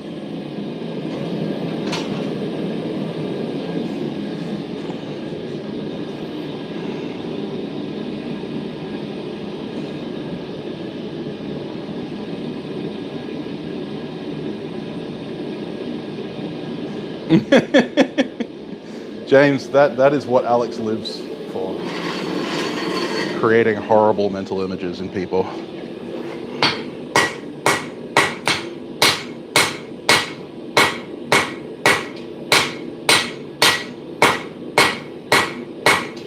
Now, of course, I can grind a lot of this in.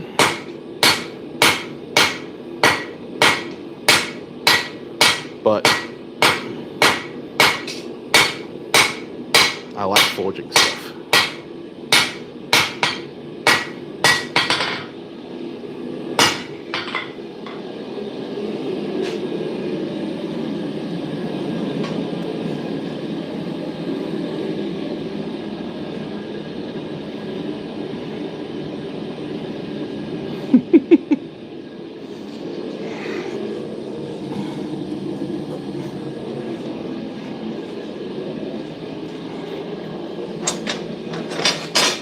Yeah, here you go. Knife game hard mode. I have all my fingers.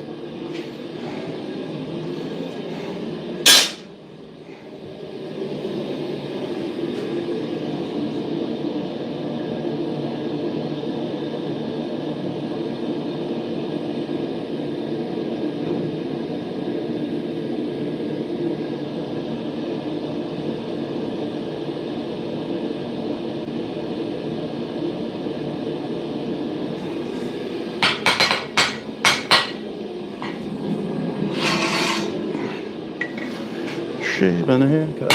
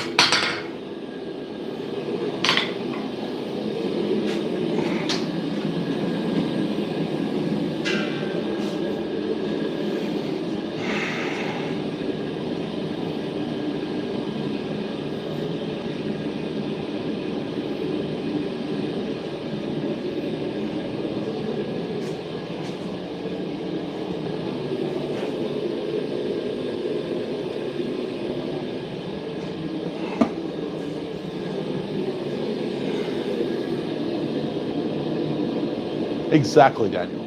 That's my question.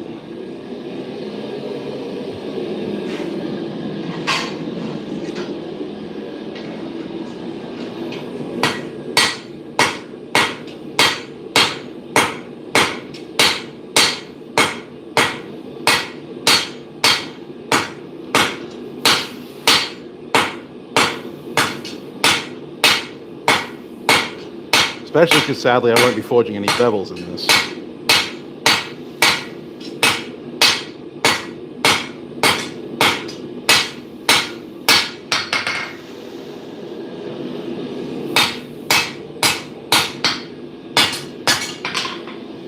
Because it's going to be a HEMA blade.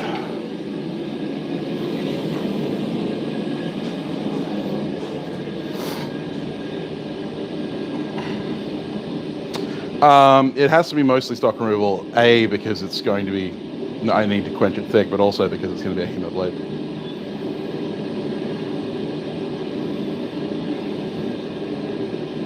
Yeah. Aaron, they know you too well.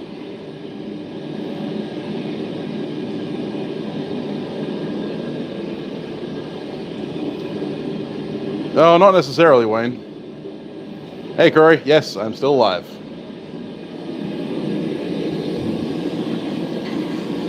Have you turned on the notification bell? That is the question.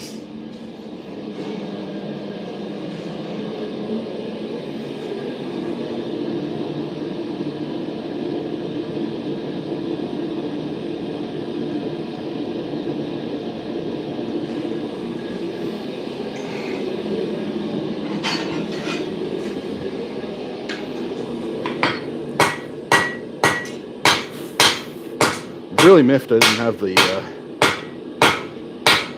grinding belts to do those guillotine tool dies, because cutting the shoulders in would be really nice if I had a guillotine tool.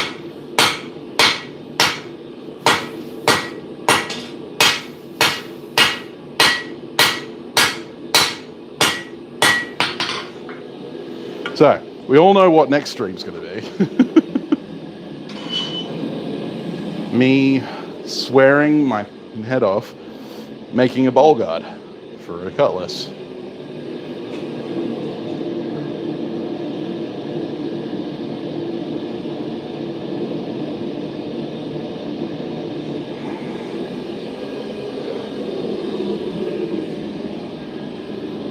Get a fender hammer.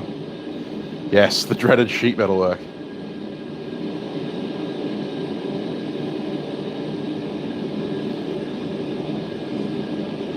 Yeah, I don't schedule. I should schedule. Well, I have that hammer that I made or started making for making that bowl that I never used. So I may end up putting a handle on this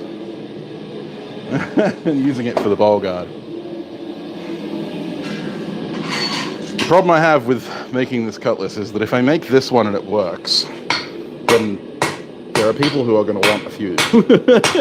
My HEMA club wants 3.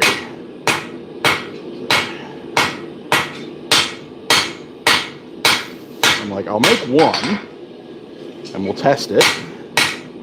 We'll beat the ever-loving crap out of it, see if it breaks.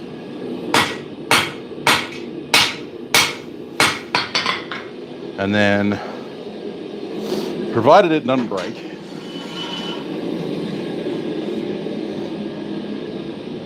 I'll make a few more. Round the threads. Yeah, I will. Yeah, I'll grind them down.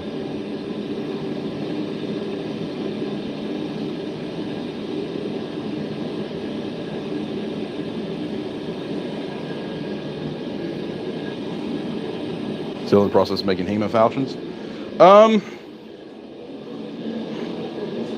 Making falchions for HEMA? Interesting. I would think that you'd be ending up making sabers, basically, or arming swords. There's virtually no difference.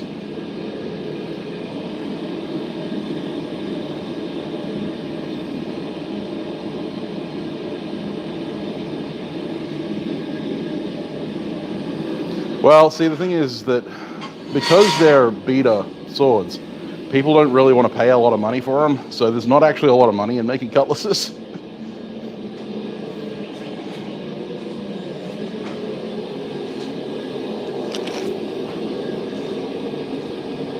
If this one works, this one's going to be my personal one, because it's made out of ADCRV2 and I actually forged it.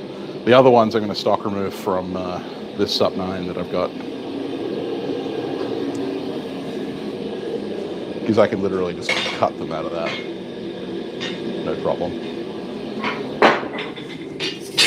More than enough material here to make one.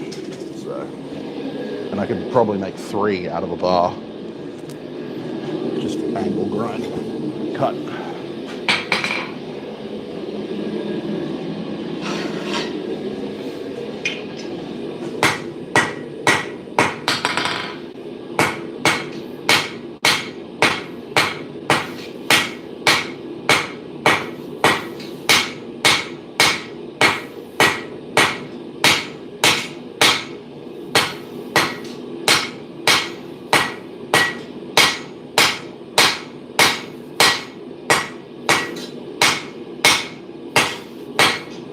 I just wanted an opportunity to play with some ADCRV2. What better excuse than to make myself a HEMA sword? Plus I want a cutlass.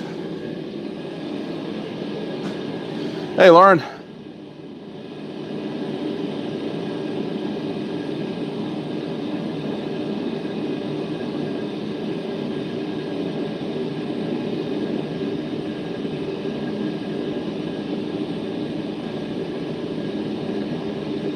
Oh, you mean HMB, not HEMA.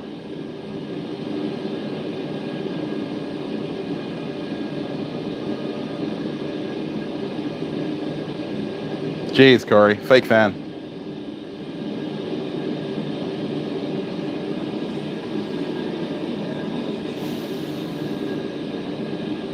Yes.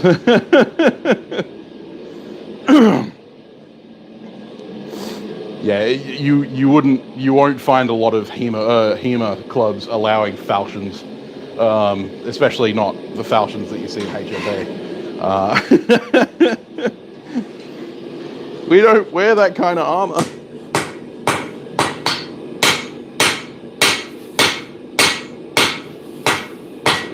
I mean, we still fight with steel, just not that heavy steel, because, you know, fucking break bones. There's a reason HMB fighters are dressed in full plate most of the time. And they still break bones regularly. I know, I'm friends with a couple of the berserkers. You need to get your anger out.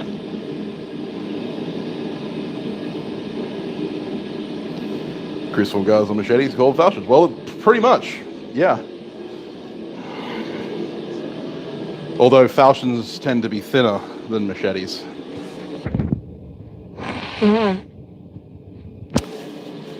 At the edge, at least. They weren't actually meant for fighting people in armor.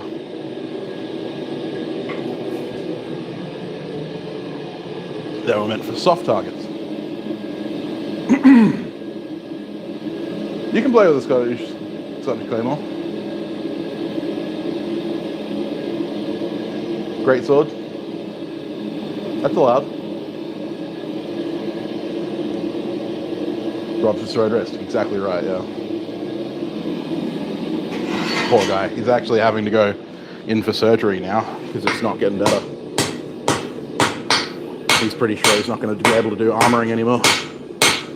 Which, yeah, really sucks.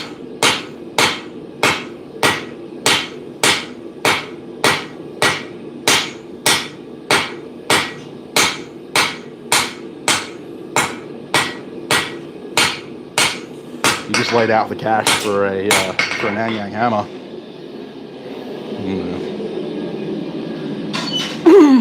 I feel sorry for Rob. Use an epee? Yeah.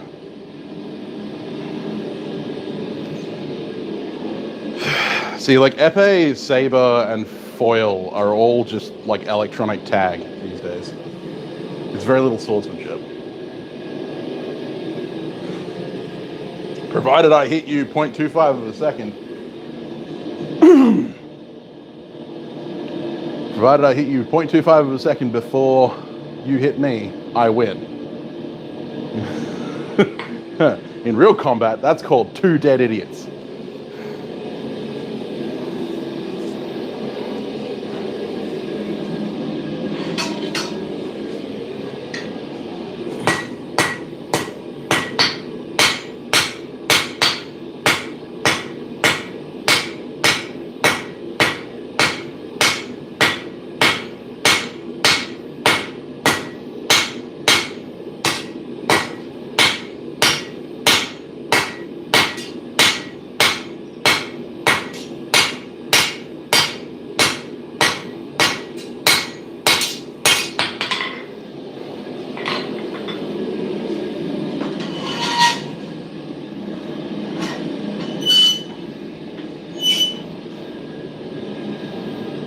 Epee is the heaviest, yeah, but they're still very flimsy.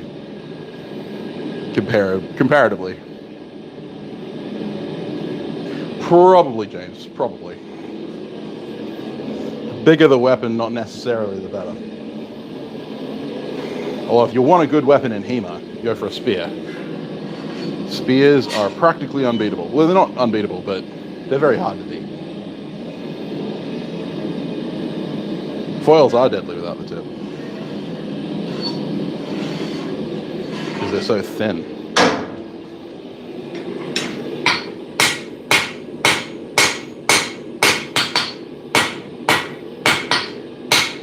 Then again, all swords, including epee and saber, are dangerous without the tip. Even the broader HEMA blades.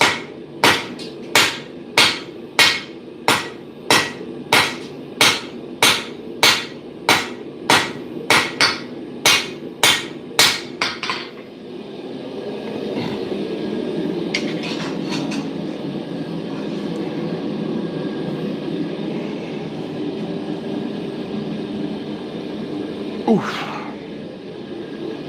Yeah, the Berserkers keep asking me if I want to come join for HMB. I'm like, nah, I'm good. I need use of my hands.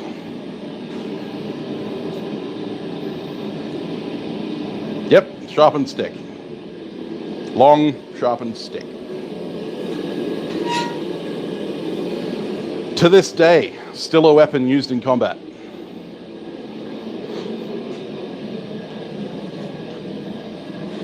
Because that's all a bayonet is.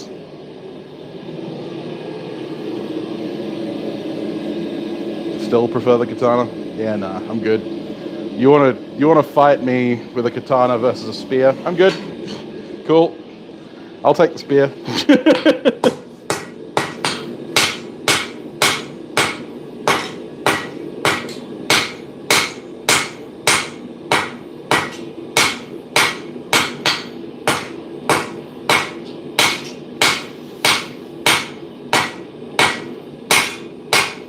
Even in untrained hands, a spear is just fucking deadly. In trained hands, it's ridiculous.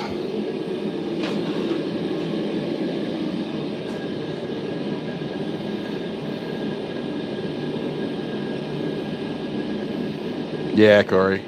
All right, Dad Rat, see you, mate.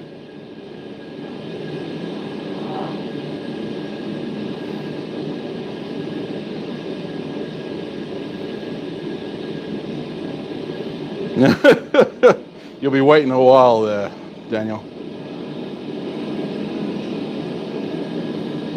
Yeah, pretty much, David. It's a good backup for the M60.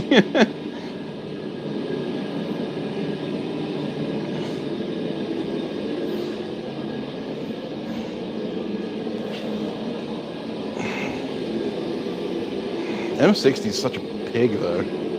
Literally. Given that that's what it was called. For a reason.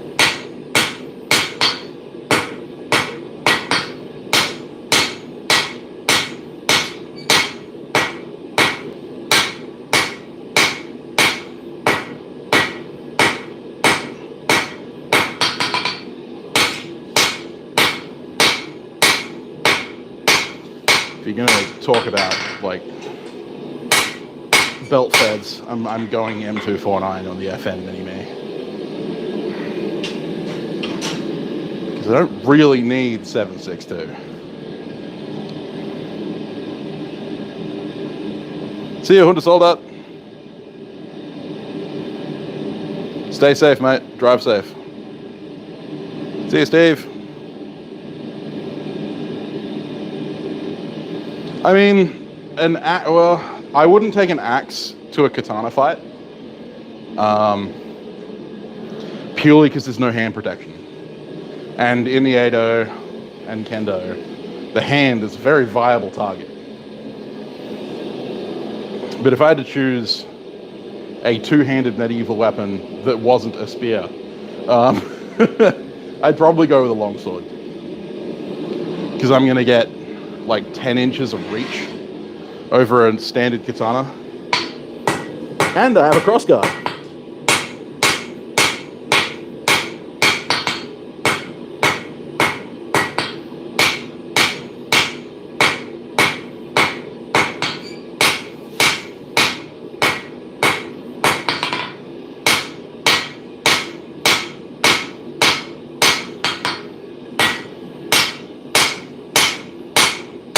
Or I would choose my standard Hemafare, which I've fought against Kendo fight practitioners with, which is sword and buckler. Because having a shield is helpful.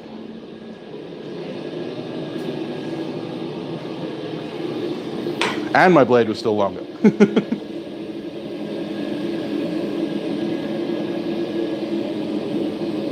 Sword and shield, yeah.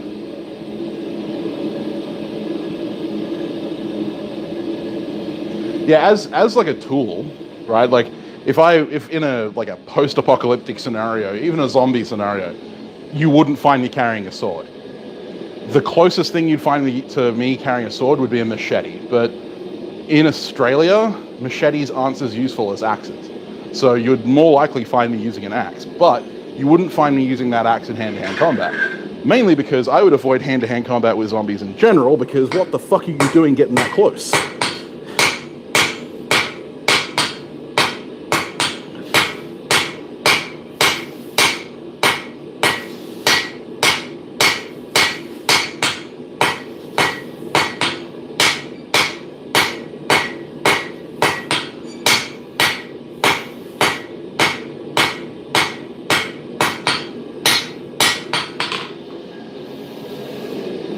And I'd be wearing chainmail. Like, just, I'd be wearing chainmail.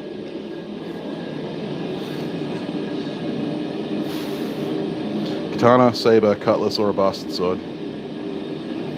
I mean, the bastard sword would be a good choice out of those. Well, katanas can thrust as well, and sabers were most primarily used for thrusting. Naginata. Yeah. See, the primary issue with katana in most combat, having actually fought against katana practitioners in HEMA with various weapons, is that there is literally no hand protection, right? Like that tsuba is not there to protect your hand. The tsuba is there to stop your hand from sliding up onto the blade when you're making cuts.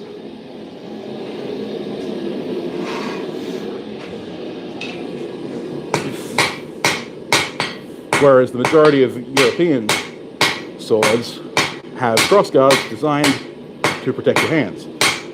During the same period that katanas were used, the Europeans went from Viking-style swords to arming swords with large crossguards to scythe swords with, finger rings and knuckle bows to rapiers. And, the reason that they kept improving guard shapes and sizes was because they knew that their hands were an important piece.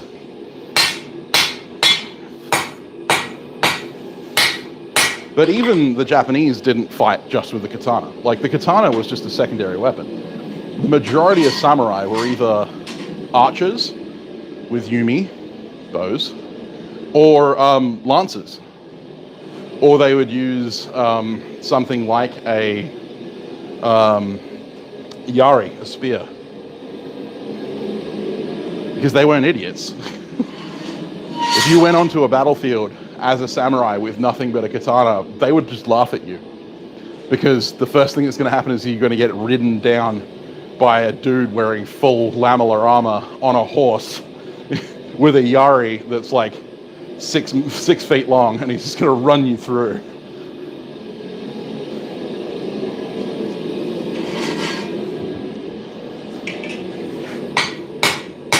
They were fighting the Chinese and the Mongols. And the Chinese and the Mongols were, you know, proficient archers, but they also had stuff like the dandao and stuff like that, the really long swords. And they also had pole dao, which were, you know, glaives, basically, large cutting blades on the end of a really long pole. Pole arms were the rifles of the medieval period. Swords were only there to get you out of the scrape. I have a couple of books on the history of swordsmanship. And the majority of actual sword fights took place in the 18th century during the age of the musket, because in medieval times, most of the time you would be using a polearm. And the only time you would go to your sword is if you were in serious shit, like you'd lost your polearm and you needed to get out of there. Or during the Renaissance, when it was a lot of duels. And that's why a lot of treatises surround dueling, one-on-one or one-on-two. Very rarely you're talking about combat, like actual military combat. When you get to the 18th century, however, you have swords as a sidearm to your musket, but your musket only has a single shot. And most of the time, you would get 2, maybe 3 shots, and then it would be a bayonet charge. Yeah, sword, the spear, the pistol to the spear's rifle. When I used to train people in handgun combat, it was mostly police officers.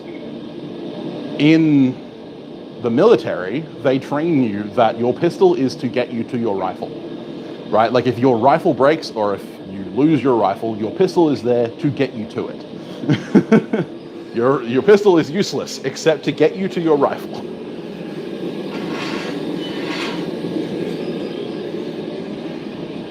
Poleaxe was a devastating weapon indeed.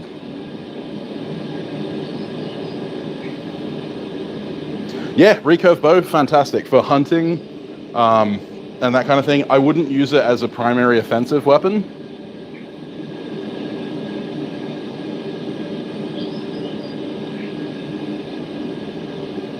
I wouldn't use the scales, mainly because they're just so fucking heavy. Yeah, long stream today, making a sword.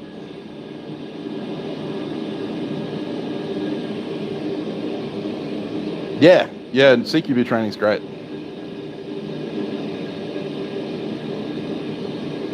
Exactly right, Matt. Like, you know, yeah, Mongol horsebows were recurve, yeah. Very, very recurve. They're also relatively low poundage and, you know, designed to be used at short ranges. When I say relatively low, I mean like they were 50-pound bows, but in comparison to the contemporary European longbows of like 180, 200 pound draw weight, 50 is nothing. But 50 is nothing to sniff at. You only need 30 to kill a deer. But yeah, simple longbow or recurve would be my choice as a hunting implement in a survival apocalypse scenario. Because yes, making arrows is relatively simple. It's also very quiet, which is nice if you don't want to draw attention to yourself. But as a primary offensive weapon, hell no. Realistically, the best thing you could do in a survival like zombie apocalypse scenario is to just avoid as much as physically possible. I'm going to upset the tip a little bit. I'm going to give it a little bit of a HEMA blunt tip.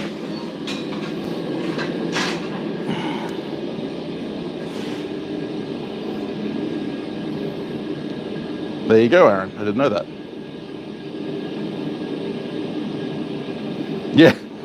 No, dagger the guys in armor. Kevlar lined riding leathers and lacrosse gloves. Yeah, that works.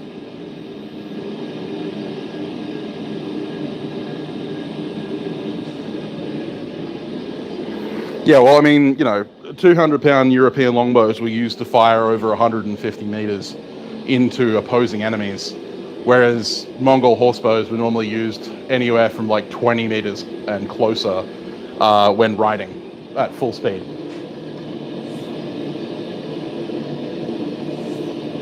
Yeah.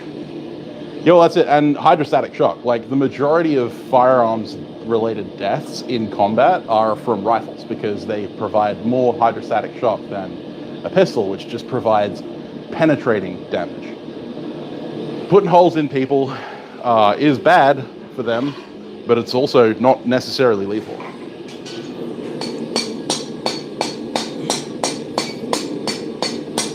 That's why bows aren't particularly effective as killing weapons. The majority of bows, the majority of arrow wounds would not kill immediately, unlike what you see in the movies.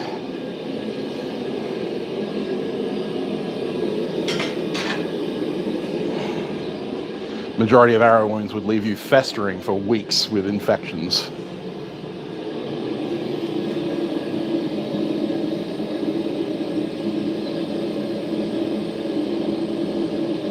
Oh, there you go. Thank you very much. Armor this. Oh shit, yeah.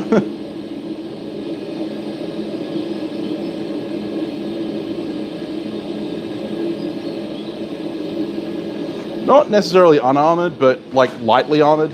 You got to remember that the majority of like Mongolian armor was either furs or, heavy cloth, or in some cases forms of mail.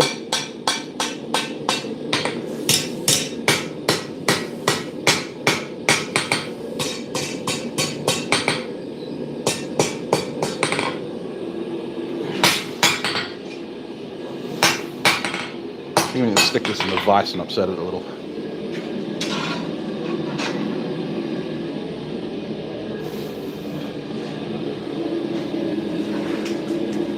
I have to stop the stream soon. My phone's about to die.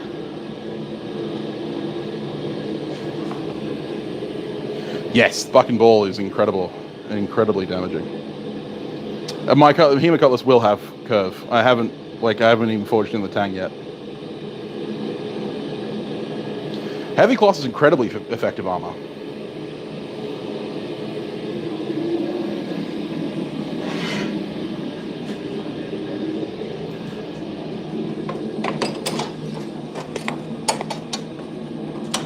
Hit yourself in the face with that steel sign.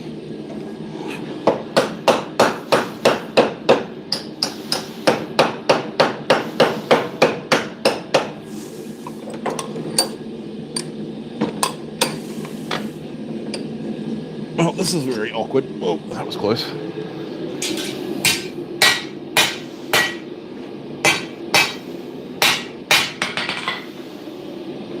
Don't really have a good place to do that. Need to move the kiln.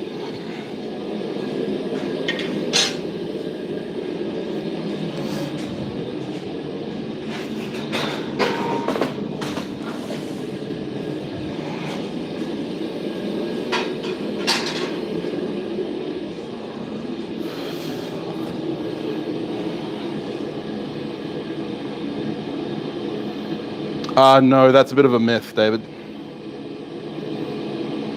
Folded linen, yeah. Layered linen is incredibly good. Thick gambeson, yeah.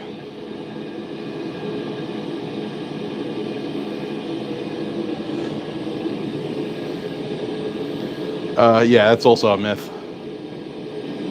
Yeah, the whole, like 2 fingers salute for English archers fucking, telling the French to go fuck themselves for cutting off archers' fingers is a myth. Oft-repeated myth, but still a myth. Just because a rumor is popular doesn't necessarily mean it's true, unfortunately.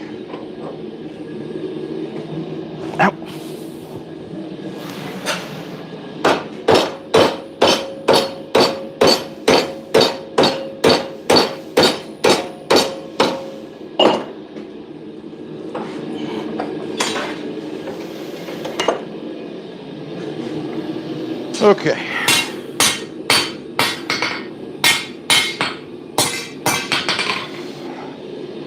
Right, so not going to finish this today. I might have to finish it next stream because I'm gonna have to go.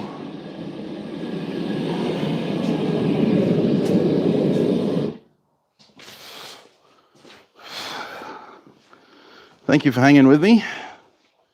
We all know what happens next week.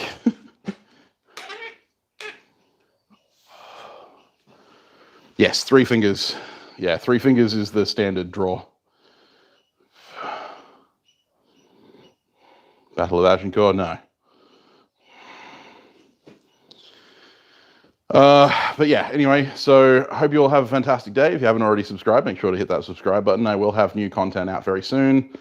And next stream, I'll be working on this Cutlass and maybe starting on the bowl guard as well. So hope you all have a fantastic day. See you then.